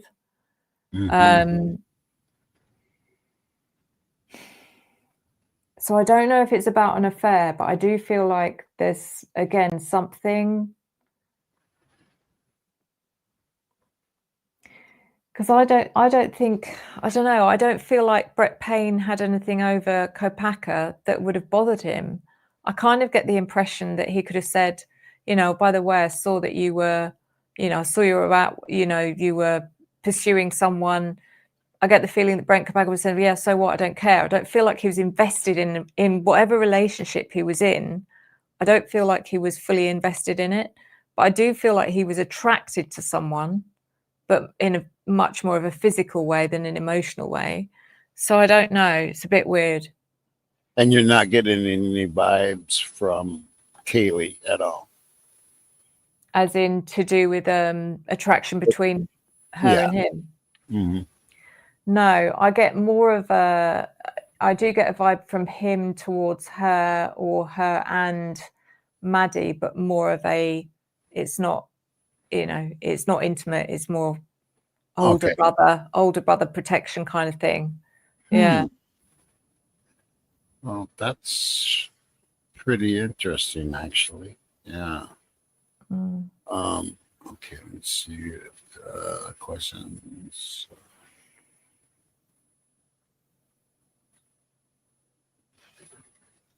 I don't know if you want to answer something. I'll put it up there, though. Can I ask Sue if she could pull a card regarding whether the person I've been talking to is Jackson Schneider, please? The person you've been talking to, Coco. Who the Shelley who's asking, I think. Can I ask Sue if she could pull a card regarding whether the person I've been talking to is Jackson Schneider, please? Oh, okay. Let me just grab those because I don't want to. Oh.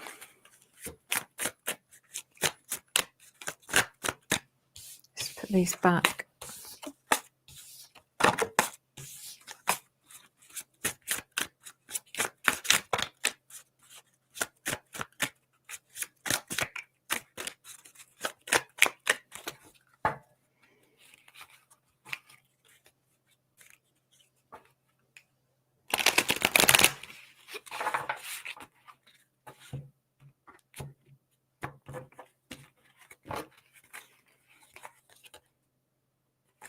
It says no. Says no, Shelley. Says no. Says we've had this card already, but it says obstacles too large. Seek another way. Yeah, there you go, Shelley. Did you get the feeling it was or it wasn't? Yeah, and then he was special forces, is what how he was trained. Yeah. So,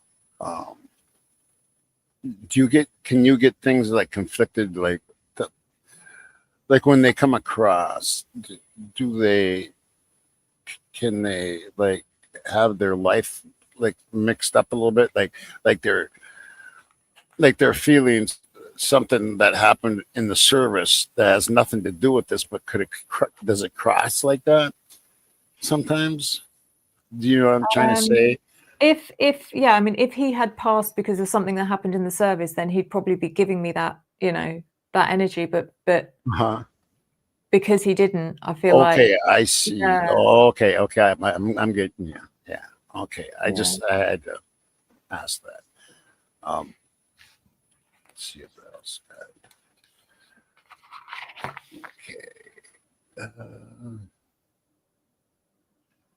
Could Brett have been protecting the university president?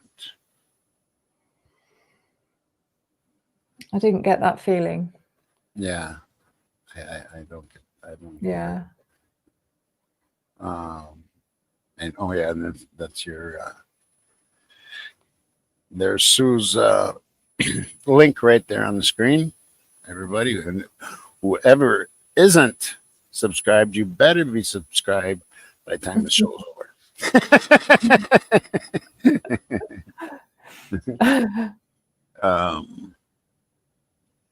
See if there's anybody got questions out there.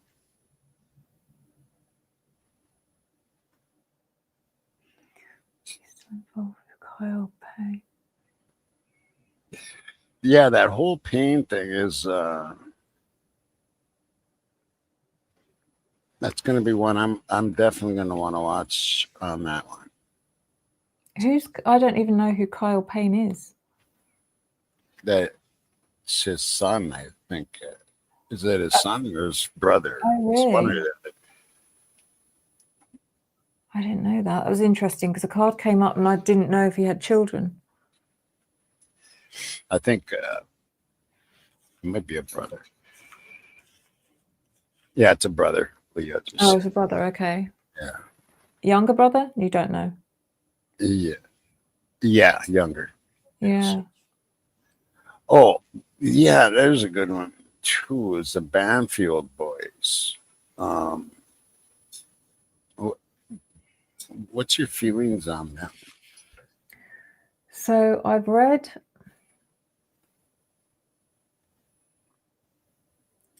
for them. I think I don't feel like I picked up their direct involvement, but they knew what was going down. Going down. Yeah. There's also something that I picked up about, because in a lot of my readings I get something, because it was all planned out to the last second, but something went wrong, which screwed up the timing, and then in the footage you see on the Banfield footage, Right. someone running in the background, like coming from the house, or it looks like they're coming from the house. You know what I'm talking about? Uh-huh. That's to do with that. That was to do with one of them having to run, which was completely unplanned, and they got caught on camera. So whoever that was, and they were not involved, but could there have been a witness to something? Probably. I don't know. I think there's so many of them were witnesses, honestly.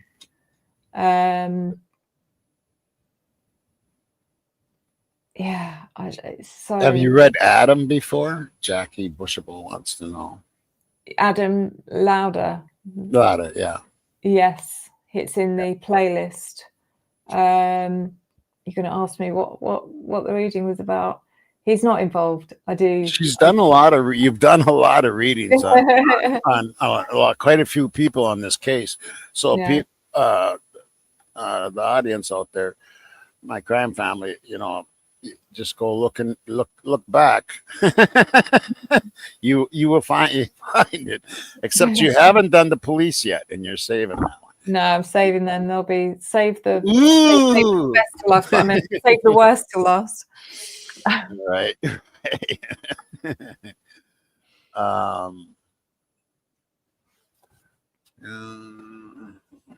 Oh, there was I lost one. Do you get that anyone was hiding inside the house?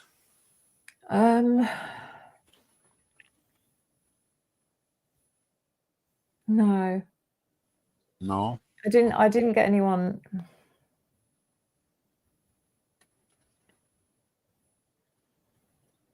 It's funny, but I have never gone down that route that much either. Yeah. I just never had that feeling that was that way. No, because I think a lot of people make the mistake of thinking the house was the scene of and I don't think it was. So from the readings I've done, I feel like possibly one person might have actually had their life taken at 11:22, but I think the rest were unalive somewhere else and then placed back in the house. Okay. So only one in the house. Yeah, that's so far interesting too. Yeah. Now, do you get the feeling it's Maddie, the last one? That's logically, I think yes.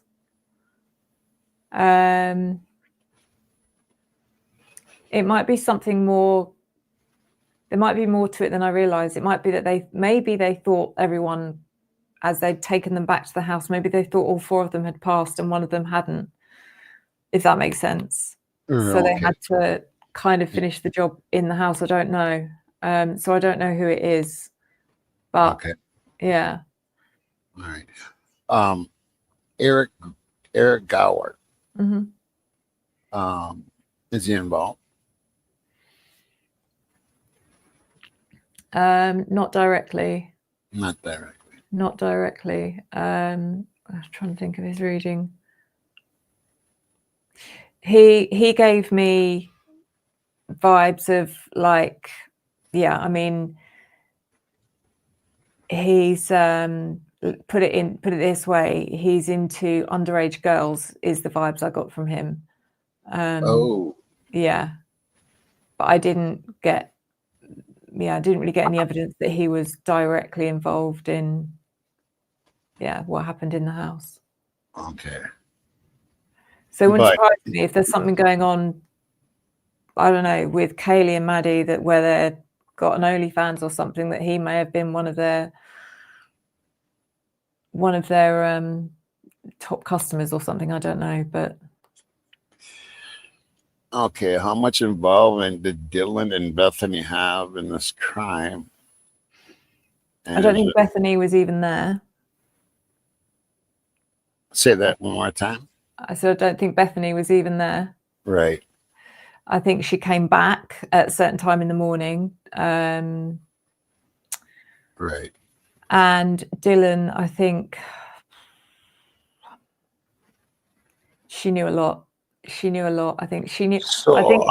I think she knew something was going down. She knew how it was going down, but she didn't know to what extent, is what I've got so far. Okay. Here's a question for you from me. Could Bethany, could the exculpatory evidence be that the law enforcement forced her to say that she was there? Yeah, definitely. You know, I never thought of that one before. Yeah. I've thought of all kinds of different exculpatory evidences, but I've never thought of that one. It could be so many things. It's actually something interesting I should actually do a reading on. It's what was it that Bethany knew? She knew something, but I think it was more directly linked to Brent Kopacka than anything. How she knew that there's no possible way he could have been there. I don't know. And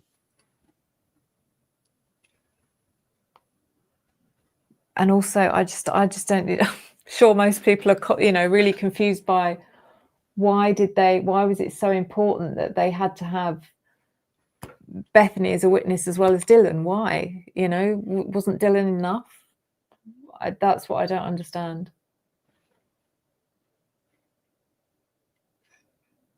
Yeah, because she was supposed to have seen everything, right? I Yeah. mean, seeing them going out the door and the, I mean, put it this way, I don't think did he Bethany leave the door? Or did been there somebody leave the door? definitely.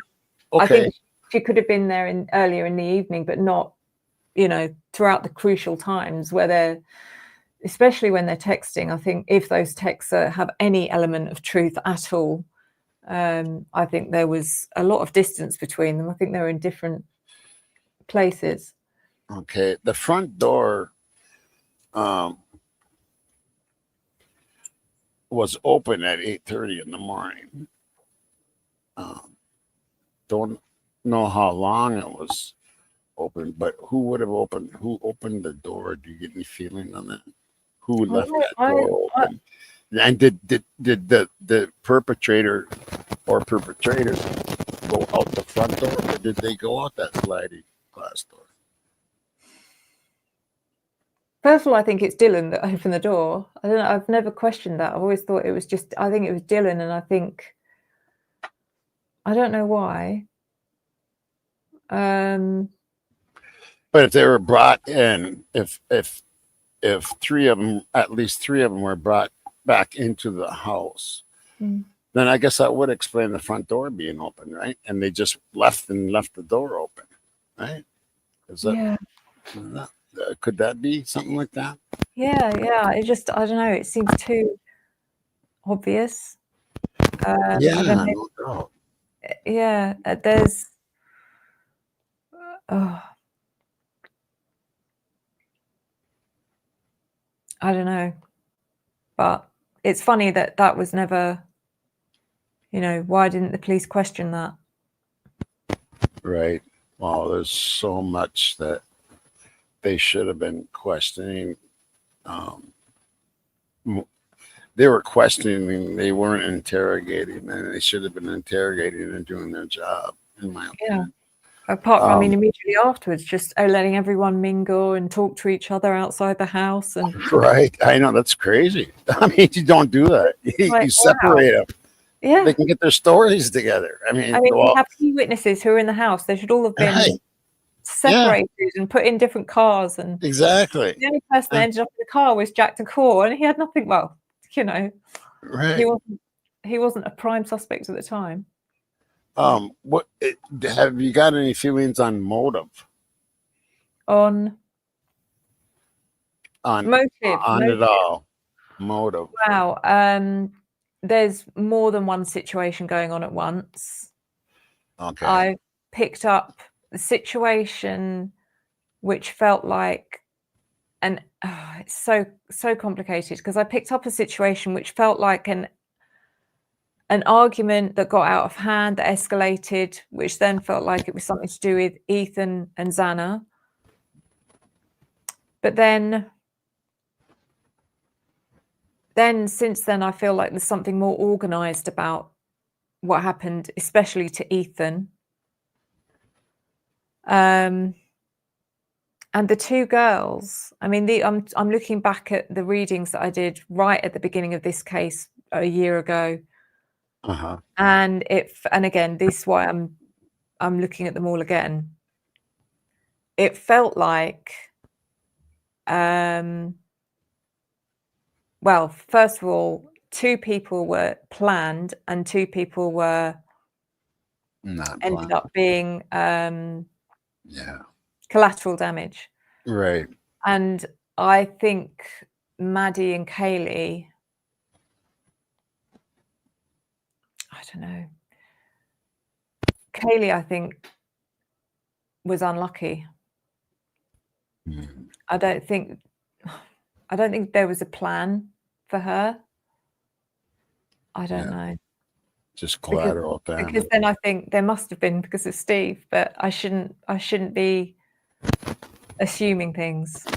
I don't know. Yeah. Well, sometimes we do have to, just go by what we feel. And,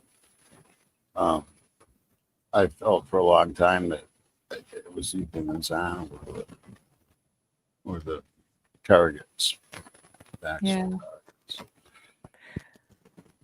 But yeah, let me see here.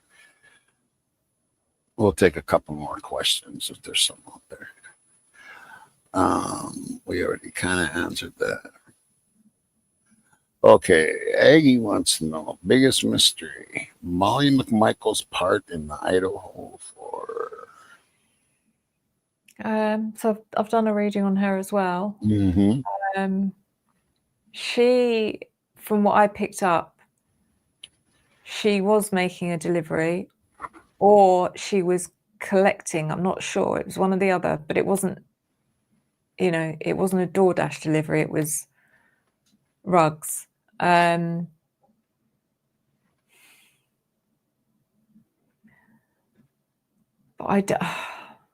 Did she get paid that night for the rugs?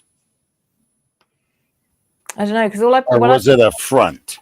what I picked up in the reading was her having it, and I don't know if that's what's been picked up on the audio when you can hear people fighting or two people. Was her fighting with Demetrius, because Demetrius was there as well. But then who else was it that I saw that was there? Oh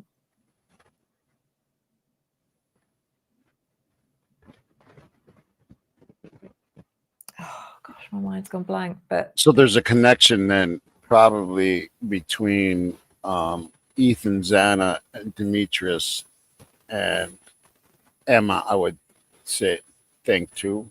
yes, sorry. Yes, thank you. Demetrius and Emma were having an argument, but also Emma and Molly knew each other, but they hated each other for whatever reason, is what I picked up. Okay. So there's that going on. Jealousy. I think it was probably to do with jealousy. I don't know. As in, I don't know it. And I don't, gosh, I'm trying to remember the reading.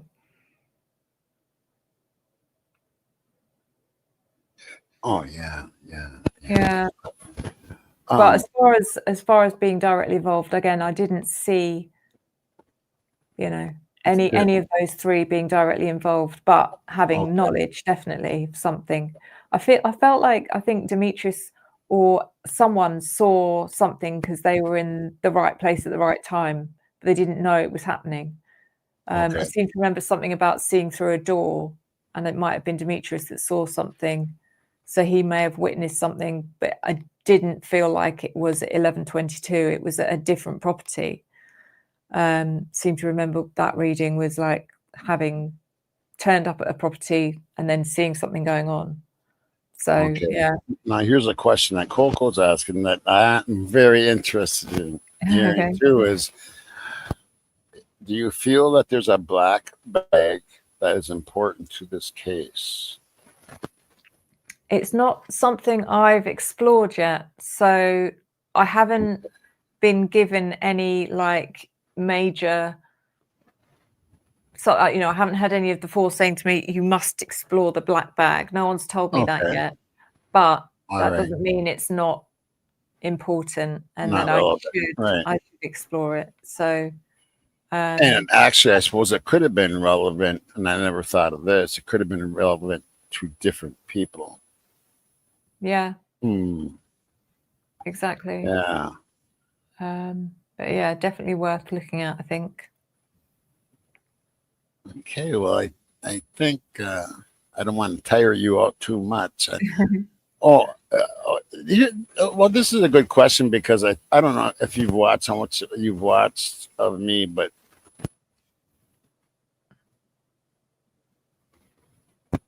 can you confirm? I don't know about a cougar attack, but can you confirm that there was a cougar in that area? Is there any way that you can? Did anybody? Was there a cougar at all? It's the first I've heard of this. Okay. Cougar attack. And I won't say anymore.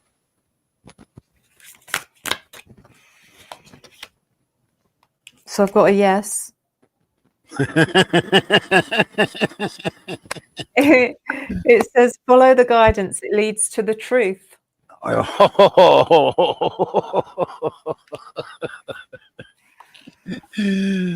you wouldn't believe what I'll think about the cougar that I've heard on the audio. People don't know what they're hearing, and I'm going, "That's a fucking cougar," Wow. and you can hear it go. Ow! What's And the significance of that then? I heard a story a long time ago that at Linda Lane that there was these fights, and Ethan was fighting and got hurt, and a cougar came because of the blood, and that some kids had to chase it away with sticks and stuff to try to get it off of Ethan and stuff because there was blood on him. No, that was a story I heard a way long time ago. I don't know if it's true or not. But I have heard, and actually on a video, Bubbly knows this. On a video, you see the cougar. You actually see the cougar. Wow. And it's on the dumpster video. A guy is walking, and he doesn't even realize that the cougar runs across the street. It's not a kitty. Trust me, it's not a kitty cat. And it's very fast. Yeah, when you slow it down, you can really see it. But yeah, do you get anything on that from anybody?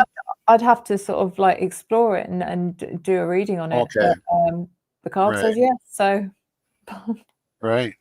Yeah. Right. Okay. Cool. Well, I think that'll probably do. Let's see what is back here. Oh, cool.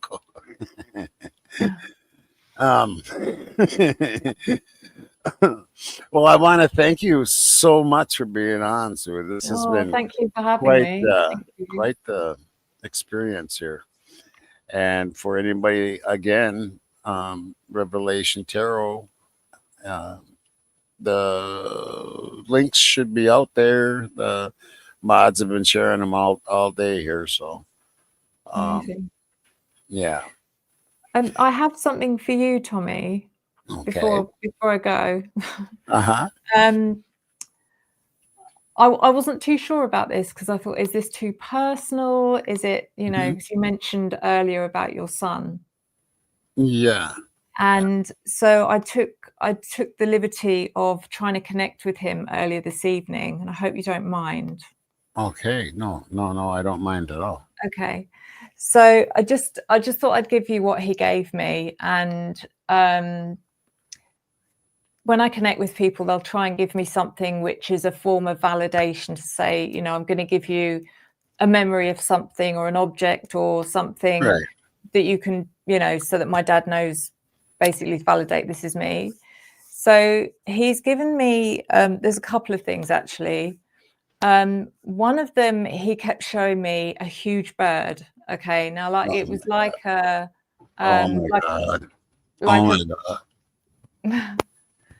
like a bird of prey kind of thing. So I don't know if that's something that's been shown to you. Either you've seen it or you've had a dream or... Yeah? Okay. Bless you. A few things. Got it. It's an eagle about this big that he gave me, a ceramic eagle. Oh, okay. And also he was buried with an eagle shirt. Oh, wow. He was he could paint and draw, and he's done a lot of birds. He was Native American, and he did beadwork with the eagle. There you go. Yeah, because he kept showing me this huge bird, and I was like, I didn't know if it was something that you were physically seen or, if it was a dream. But that's in fact giving validation that this is him. The other thing he showed me was him as a very young boy. And I know that you're a musician, but he kept showing me, did he have a set of drums or something when he was younger? It's either drums or it's some sort of musical instrument that he's given me. Guitar. Guitar, I gave him a guitar. Yeah. Did you try and teach him? Yes. Yeah, that's what he's shown me, is like you teaching him. We actually jammed on, we could do Knocking on Heaven's Door together. Oh. Yeah. The other song he gave me was of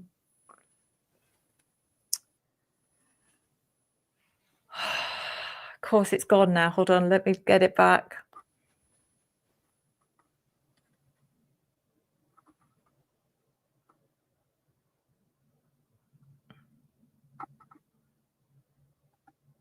It'll come back to me. It'll come back to me. If it doesn't come back to me now, I promise you I'll send you an email and let you know what it was. Okay. But I also drew. I really appreciate that. That was amazing. He also, I drew a card for you, which was from the Urban Crow deck, because there's something about crows as well. Yes. And the card that he gave me was this card, which is called Release. Okay. Now, just to let you know, Tommy, all of these cards are different. These are all, it could be about anything. This one in particular, which I thought was so significant, I'll read it to you. Okay. And it says, when the time comes when you cannot grieve anymore and it's time to let go, release is the next step. This card may come to you when you need help moving forward or accepting an ending. It's time to move on, rise up and release yourself from the past. Release represents the transition between letting go and moving on. It is the moment when we become aware that we can no longer hold on to the past or an event that cannot be altered. You may need to consider if your situation is blocked or impacted by something that needs to be released. When he gave me that, he didn't give me the feeling that you're struggling with that. He's actually given me the feeling that he's very proud of you for getting to be able to do that, if that makes sense. It does make sense. He said, I am so proud. Tell my dad how proud I am of him. I talk to him every night. Yeah. And his hat hangs in my bedroom. Oh. And when I talk to him, and that hat meant so much to him. There's a story behind that too. So yeah, I talk to him every night. Bless you. Yeah. I know how it feels as well, because I lost my boy as well. So. Oh boy, yeah. But he's with I'm you sorry. always. No, it's Yeah. Wow, that one. Thank you. That's all I can say. Thank you. Yeah. You're welcome. Yeah. Thank you for having me on your show. Thank you for being on so much, Sue. I really appreciate it, and I love you, girl. Thank you. Thank you to everyone that came and watched as well. Yes. All right, so we'll talk later. Thank you, Tommy. Yeah, thank you. Bye. Okay, wow. That's all I can say as well. Oh, that's unreal. That's just totally unreal. A lot of good information on this show tonight, and I hope you guys, if you could come in late, watch the show. It's definitely worth it. Definitely go and subscribe to her. She's unbelievable, and like I said, she's the best on the internet that I've seen. And yeah, that was quite. It still kind of affected me here a little bit. So anyway, I love you all. You guys are awesome. My subs, You are the best, and chatters, you are the best out there. There's no other chat better than this chat in here. All my To all my subscribers, I love you. You are my heart, my mods, my producers, Coco and Twat and Moonflower when she's around, and everybody. I appreciate you all, and I love you all. And until next time, rock and roll.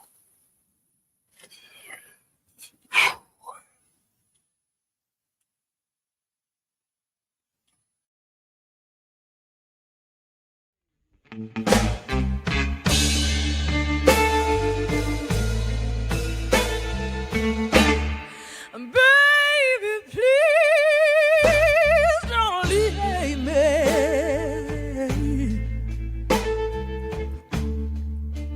Oh, baby, don't you go. 'Cause when you walk out on those dead ends, it is a long and lonely road. And if you think I'm just gonna sit and watch you go, head and you, oh baby, you're dead wrong. 'Cause I tried to love you better,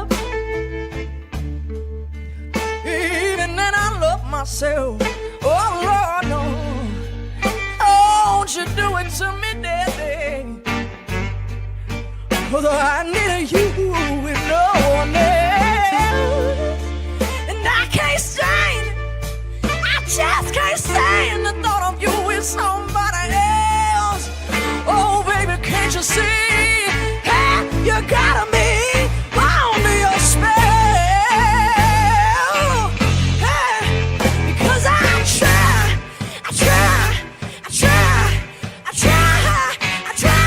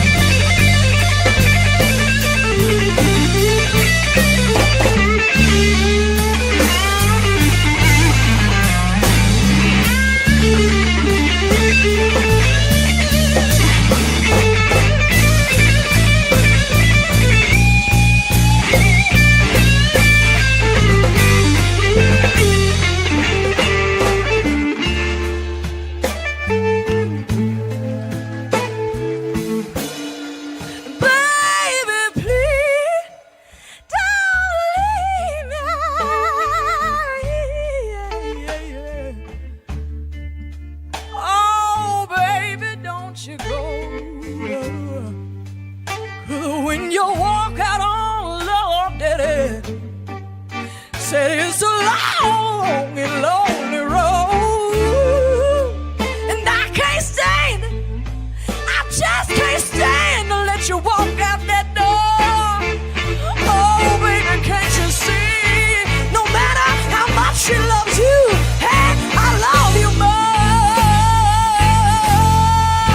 'Cause honey, I try, I try, I try, I try.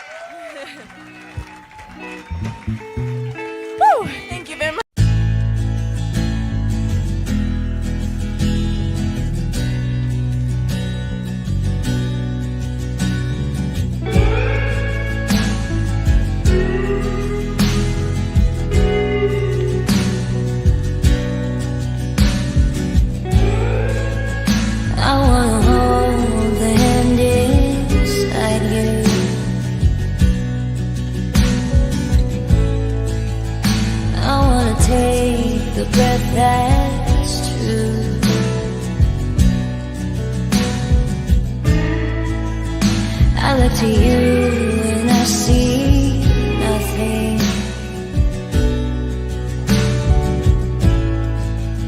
I look to you to see the truth.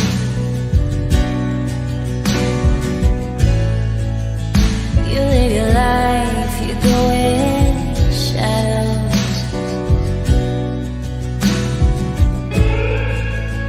You'll come apart and you'll go black.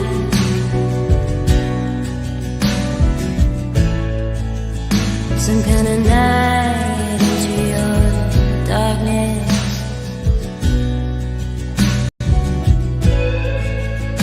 Colors your eyes with what's not there.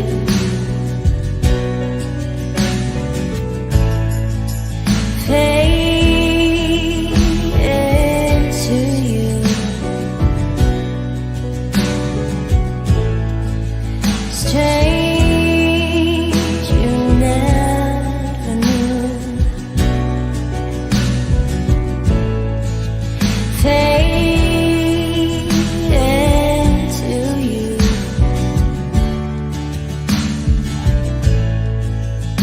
I think it's strange you never knew.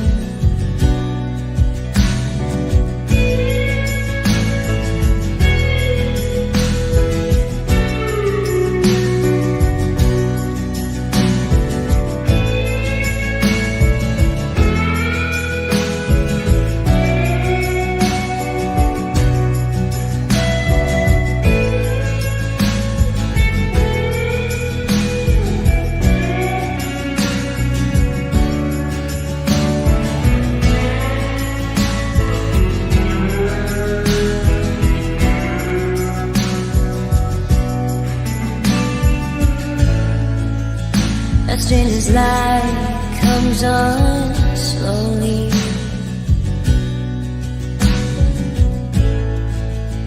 A stranger's heart without a home.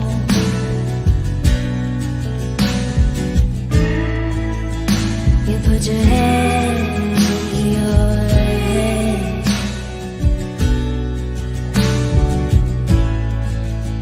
And their smiles cover your heart.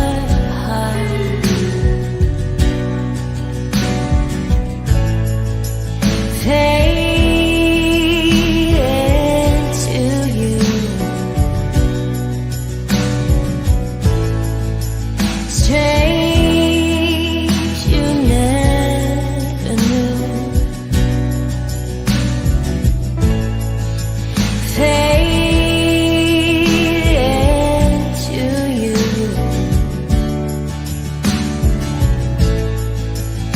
I think it's strange you never knew.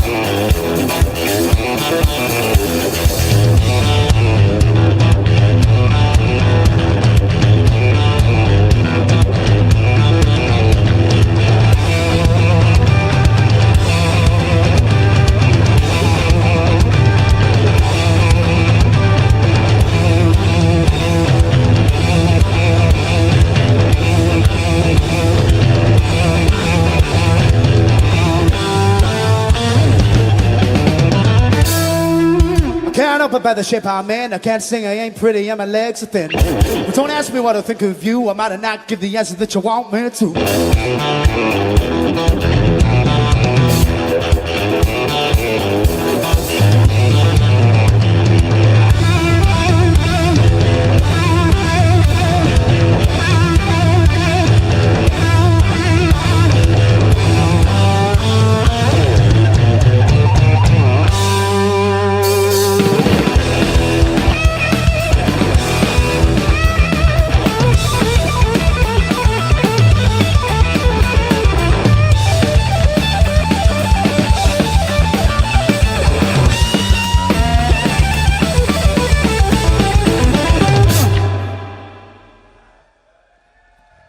Now when I talk to God, I knew he'd understand. Said to stick behind me, I'll be your God in hand.